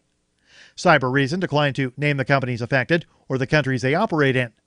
But those familiar with Chinese hacking operations said Beijing was increasingly targeting telcos in Western Europe. Western countries have moved to call out Beijing for its actions in cyberspace, warning that Chinese hackers have compromised companies and government agencies around the world to steal valuable commercial secrets and personal data for espionage purposes. Support for the Liberty Beat comes from the Conscious Resistance Network, featuring videos, news reports, and articles from a spiritual anarchist perspective. Experience the Conscious Resistance at theconsciousresistance.com. How would you like to have your business featured on the Liberty Beat? You can. Just send an email to libertybeat@snls.news for details. This is the Liberty Beat, produced in partnership with SNLS News and listeners like you. The Liberty Beat is online at libertybeat.news and snls.news. I'm Mick Murrow, reporting for the Liberty Beat, reminding you, spread liberty with a smile. The entire nation has been transfixed by the emotional saga of missing toddler Aaron Crawford. Police remain baffled by 4-year-old Aaron's mysterious disappearance. The Crawford family is finally speaking out, but it isn't easy. We're taking it day by day, you know? We just miss our baby so much. This must be so hard on everyone. All he does is cry. I hate him. Little Aaron was last seen in the bedroom he shares with his older brother, Denny. Authorities say he was abducted by an intruder in the middle of the night. Denny was in the room when Aaron was taken. Yeah, right here. Now it's just my room. Denny, can you tell us what happened? I was in my room. A man lifted up the window and came in. Were you scared? Yes, because I thought he's going to take my Xbox. This is the Onion News Network. And now, live from the studios of Freedom's Phoenix, Ernest Hancock. Believe me when I say we have a difficult time ahead of us. But if we are to be prepared for it, we must first shed our fear of it. I stand here without fear because I remember that I am here not because of the path that lies before me, but because of the path that lies behind me. I remember that for 100 years we have fought these machines. And after a century of war, I remember that which matters most. We are still here! Let us make them remember. We are not afraid!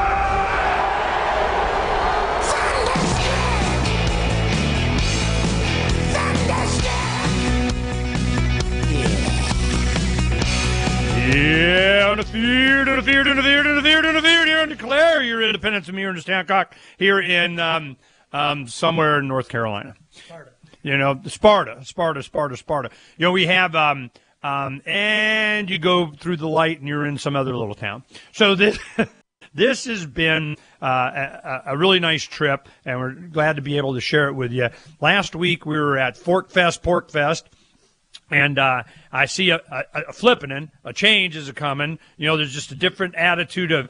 I'm encouraging. I really was heavily lobbying for, you know, kind of moving it from the pavilion, you know, kind of the central planning of this speaker of some foundation or think tank going to tell us something about something, to more to the campground itself. You know, like the festival be more in the campground. It comes from the people. They create their own kind of stuff. So I'm sure there's going to be a melding there of something. We'll see what happens. We want to help for next year. I think we're going to get more involved in the festival in New Hampshire for this next year. I've always, you know, did whatever they needed us to do or helped or promoted and whatever. But I'm seeing something changing. It's getting way too corporate.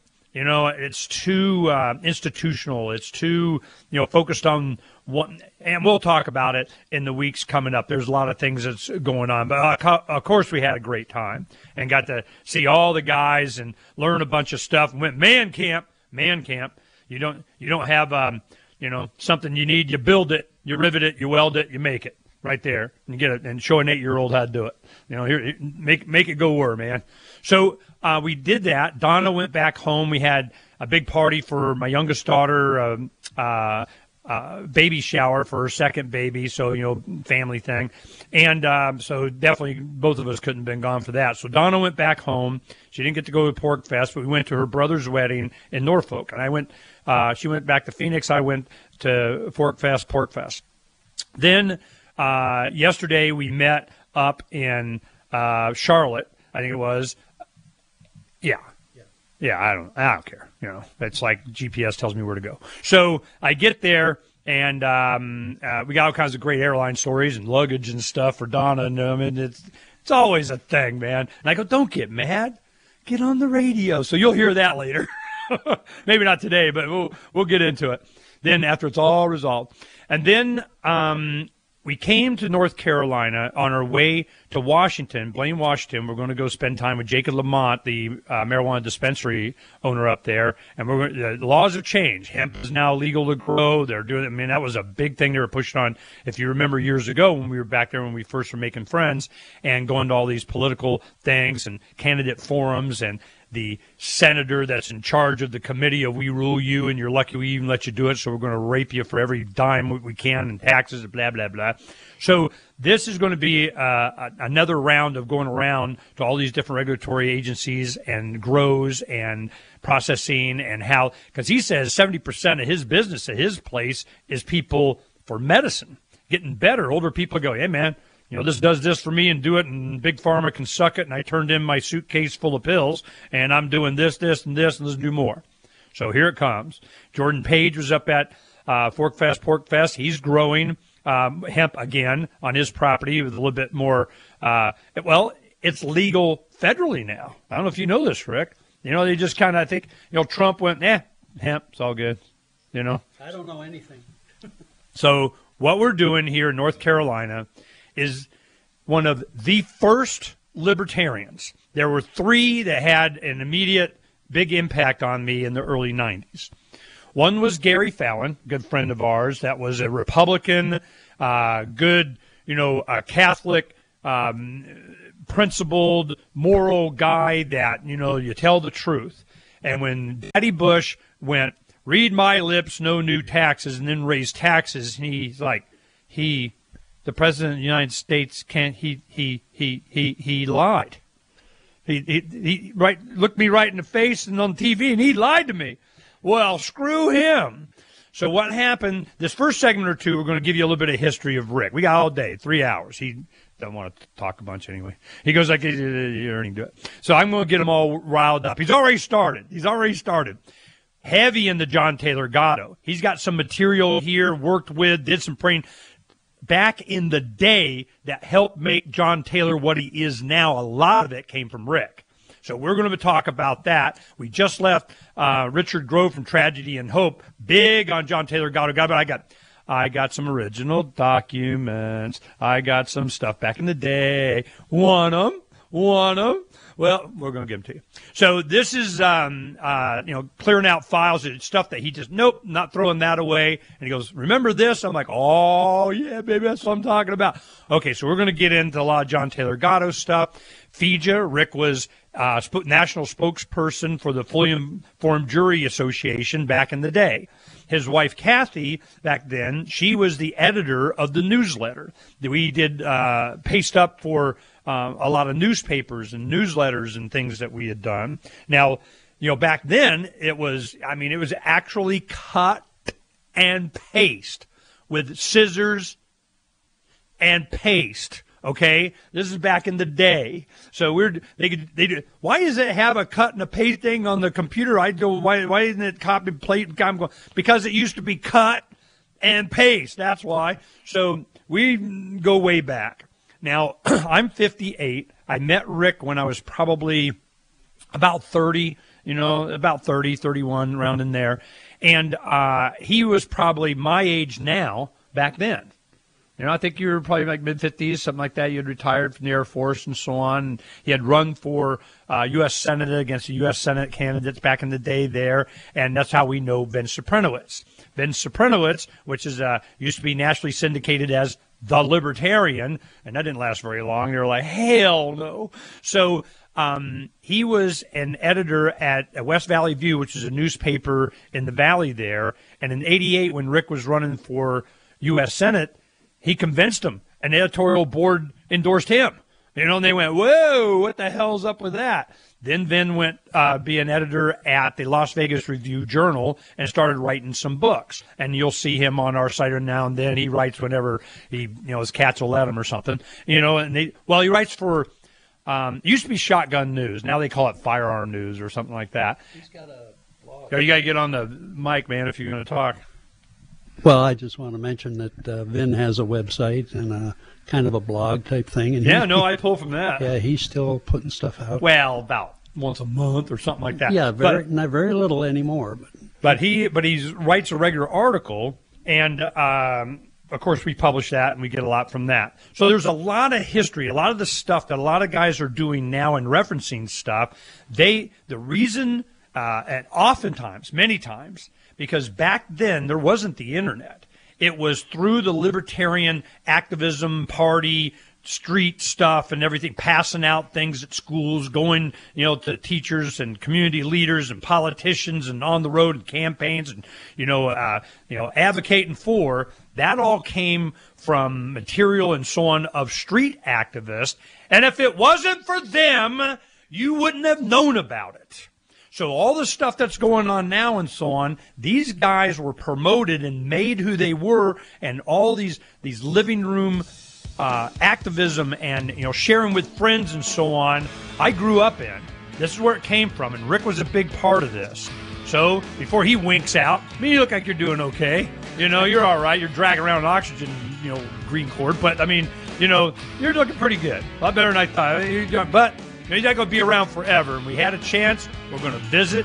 We're going to reminisce. We're going to share the history with you and get a good libertarian movie list for Netflix for them. From the third letter of Captain Mark. The Crown's observation conditions us to be dishonest with ourselves. Therefore, constant surveillance produces a society of constant deception. Honest communication is the seed of civilized conduct. To deny us this seed is to deny us its fruits. But the Crown's primary objective is to stifle free thought itself, to make its subjects incapable of dissent. Seasoned pirates have always encrypted messages and codes and ciphers, so intercepted transmissions were incomprehensible. But today the Crown possesses advanced tools of pattern recognition that document, profile, and predict our every move. Today, piracy requires hailing frequencies completely invisible to the Crown. We are tired of poltergeists in the static. Looking for a community of like-minded scoundrels, or just want some swag to let the Crown know what you think of it? Join the conversation at pirateswithoutborders.com. The Free State Project has reached its goal of 20,000 liberty lovers who've pledged to move to New Hampshire and get active to achieve liberty in our lifetime. Perhaps you're trying to figure out what part of New Hampshire should be your destination. If so, consider Keene. You'll find more than 150 reasons to move to Keene at move.freekeene.com. Keene is famous for its historic, publicity-generating activism, as well as being the liberty media capital of the world. It's home to freekeene.com, New Hampshire's destination for liberty activism, news, and opinion. For years, we've been compiling over 150 reasons to move to Keene at move.freekeene.com, where you'll learn about some of what's happening here and what makes Keene a great place to live. If you love liberty, you'll probably enjoy anywhere you end up in the Shire. But do your due diligence first. Please visit move.freekeene.com for the full list of over 150 reasons to move to Keene. That's move.freekeene.com. Did you know that Free Aid is a mutual aid, educational, and networking organization? At Free Aid, we support volunteers who provide first aid. We do outreach to the public about health and safety, and we bring together medically skilled freedom lovers. Free Aid is made possible by your generous support. Donors can receive great gifts like first aid kits, t-shirts, silver dime cards, and hoodies. The Free Aid Silver Dime Card Project is sponsored in part by Roberts & Roberts Brokerage, Freedom's Phoenix, and Don't Tread on Meme. Visit fr33aid.com.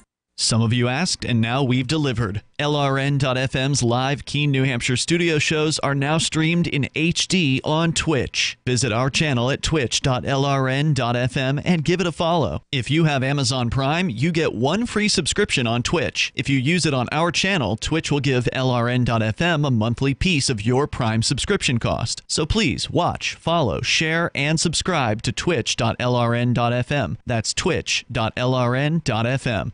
This is Michael Dean from the Freedom Fiends. I've run websites since 1996 and have used over a dozen web hosts in that time. AgristHosting.com is the only one that hasn't broken my heart. Agrist Hosting's uptime and service is stellar, and their DDoS mitigation is the best I've seen. That's important because if you tell the truth in this world, you'll ruffle feathers. And some people will try dirty tricks to silence your voice. No matter what the haters hit us with, Agrist Hosting keeps our websites online. If you have a mission-critical commercial presence or a world-changing activism site, you cannot tolerate any skullduggery. So go with agrishosting.com. Have a WordPress or blog site, but you're not satisfied with performance or uptime? Or just want raw hosting? Want to pay with Bitcoin? Agris Hosting specializes in high-performance hosting with personalized service. Go to agrishosting.com and click on the button that says Get Hosted. That's agrishosting.com. You can sign up to receive the latest about the Liberty Radio Network via our email updates at updates.lrn.fm. That's updates.lrn.fm. Roads? It's the Ernest Hancock Show. Where we're going, there aren't any roads.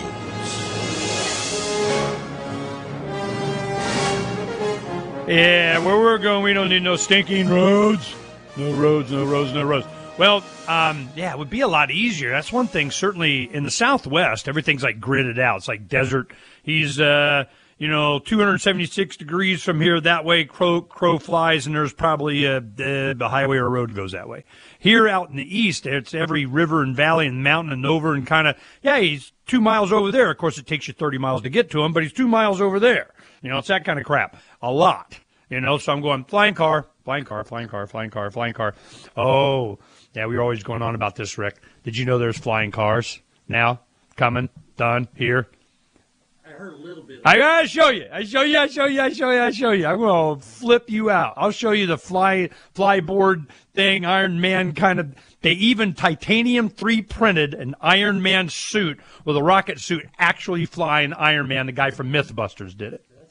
I'm telling you, man, I'm going to freak you out. Because we used to talk about this stuff all the time. Early on, it was the activism that inspired an entire generation was from individuals. Even though Rick was state chair of the Libertarian Party, and he ran for president of the United States in 1996 against Harry Brown. But the reason is because we knew they were going to go for federal matching funds, which is a big thing now. I mean, everybody, because we knew that was going to happen. We're trying to hold that off as long as possible. And it goes like this. If you're on the battle on the field and a British soldier goes down, you pick up his rifle. You'd pick up his rifle, wouldn't you? I mean, it was kind of crap. But the bottom line to us was this. If you're going to advocate against corporate and social welfare, it doesn't make your case any stronger to take political welfare so you can tell them it. We're going to take political welfare so we can tell people that corporate and social welfare is bad. And we're going, nah, I don't see that working. But it doesn't matter. They play in money and stuff.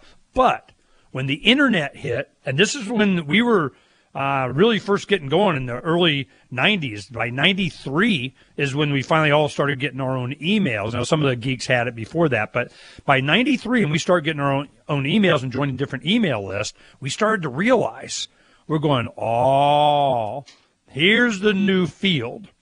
Well, libertarians dominated political discourse on the internet. Dominated. Every freaking email list of everything. It's exactly what happened when Ron Paul revolution started in 07-08. All these platforms like Dig and Reddit, whatever platform it was, Facebook, MySpace, whatever, they would complain, damn, Ron Paul is freaking everywhere. Shut up. And we remember that in the mid-90s, 10 years before. So 10 years before, the same thing was going on. They hadn't got control of this flow of information. It was the people's information, the people's net. Well, they had to get control of it. Same thing with money. The Bitcoin thing, now it's all an argument on how Bitcoin's going to scale. I'm going, where's the privacy thing? Does anybody even talk about it? That's what I was upset about up there. Jeffrey Tucker, and they had, a bunch of guys, Tone Vase was up there, and some, I think Chris Pacia and the redhead girl, the Bitcoin maximalist, whatever the hell. They're up there. There's like 6 people up there. They're going at it on Bitcoin. And my thing was, I'm going, look, this freedom, leave me aloneism thing's been going, it's not going to go away. Is there anybody for the privacy part of this? I'm going, go pirate. Well, no, it's where they know they're going to get support. That's where the money is. That's where the fun is. That's where the incentives go. That's where, you kind of have, you get to talk, and these guys over here where they're just being crazy and they're distracting from the real goal of having Bitcoin and GoldmanSucks.gov coin. I mean, this is what's happening. So I'm just like, ugh. Well, all of this is just a repeat. That's why they call it revolution. It's going around. It's the exact same stuff you were dealing with in the mid-'90s, Rick. You didn't miss a damn thing. Here it is. Okay? Not nothing. It's the same shit, same way, same motivation, same people, same central bank, same Federal Reserve. So, oh, this is the news in the last week. I will get you hooked up. See, you didn't have to do all this stuff. This is what happened. You are familiar with Facebook, I would imagine, that exists. Yeah, I know it exists. That's all I know. Well, that's, you don't need to know anymore. Anyway, they are just, funded by they, them, those. They get their database, and thank you for telling us how you feel about everything, and we wanted to know, and we put it in this category, okay? Well, now, are you familiar with cryptocurrencies like Bitcoin and so on, the digital? Only the words. I have no idea how it works. All right, so or anything. it's digital banking of your own whatever. Facebook's coming up with their own. And they're all talking, it'd be a good thing for the ecosystem of people kind of, and a private company, I'm going, yeah, like the Federal Reserve's private, and to say these guys aren't government linked, I'm going, you guys are like Facebook is separate from, they're the government. What, Bezos isn't the government? I mean, which one? You got favorites or something? So I can sit back and call Neon Flash and I told you so on this for like ever, because it's the same. I've been through this with you 20, 30 years ago. It's exactly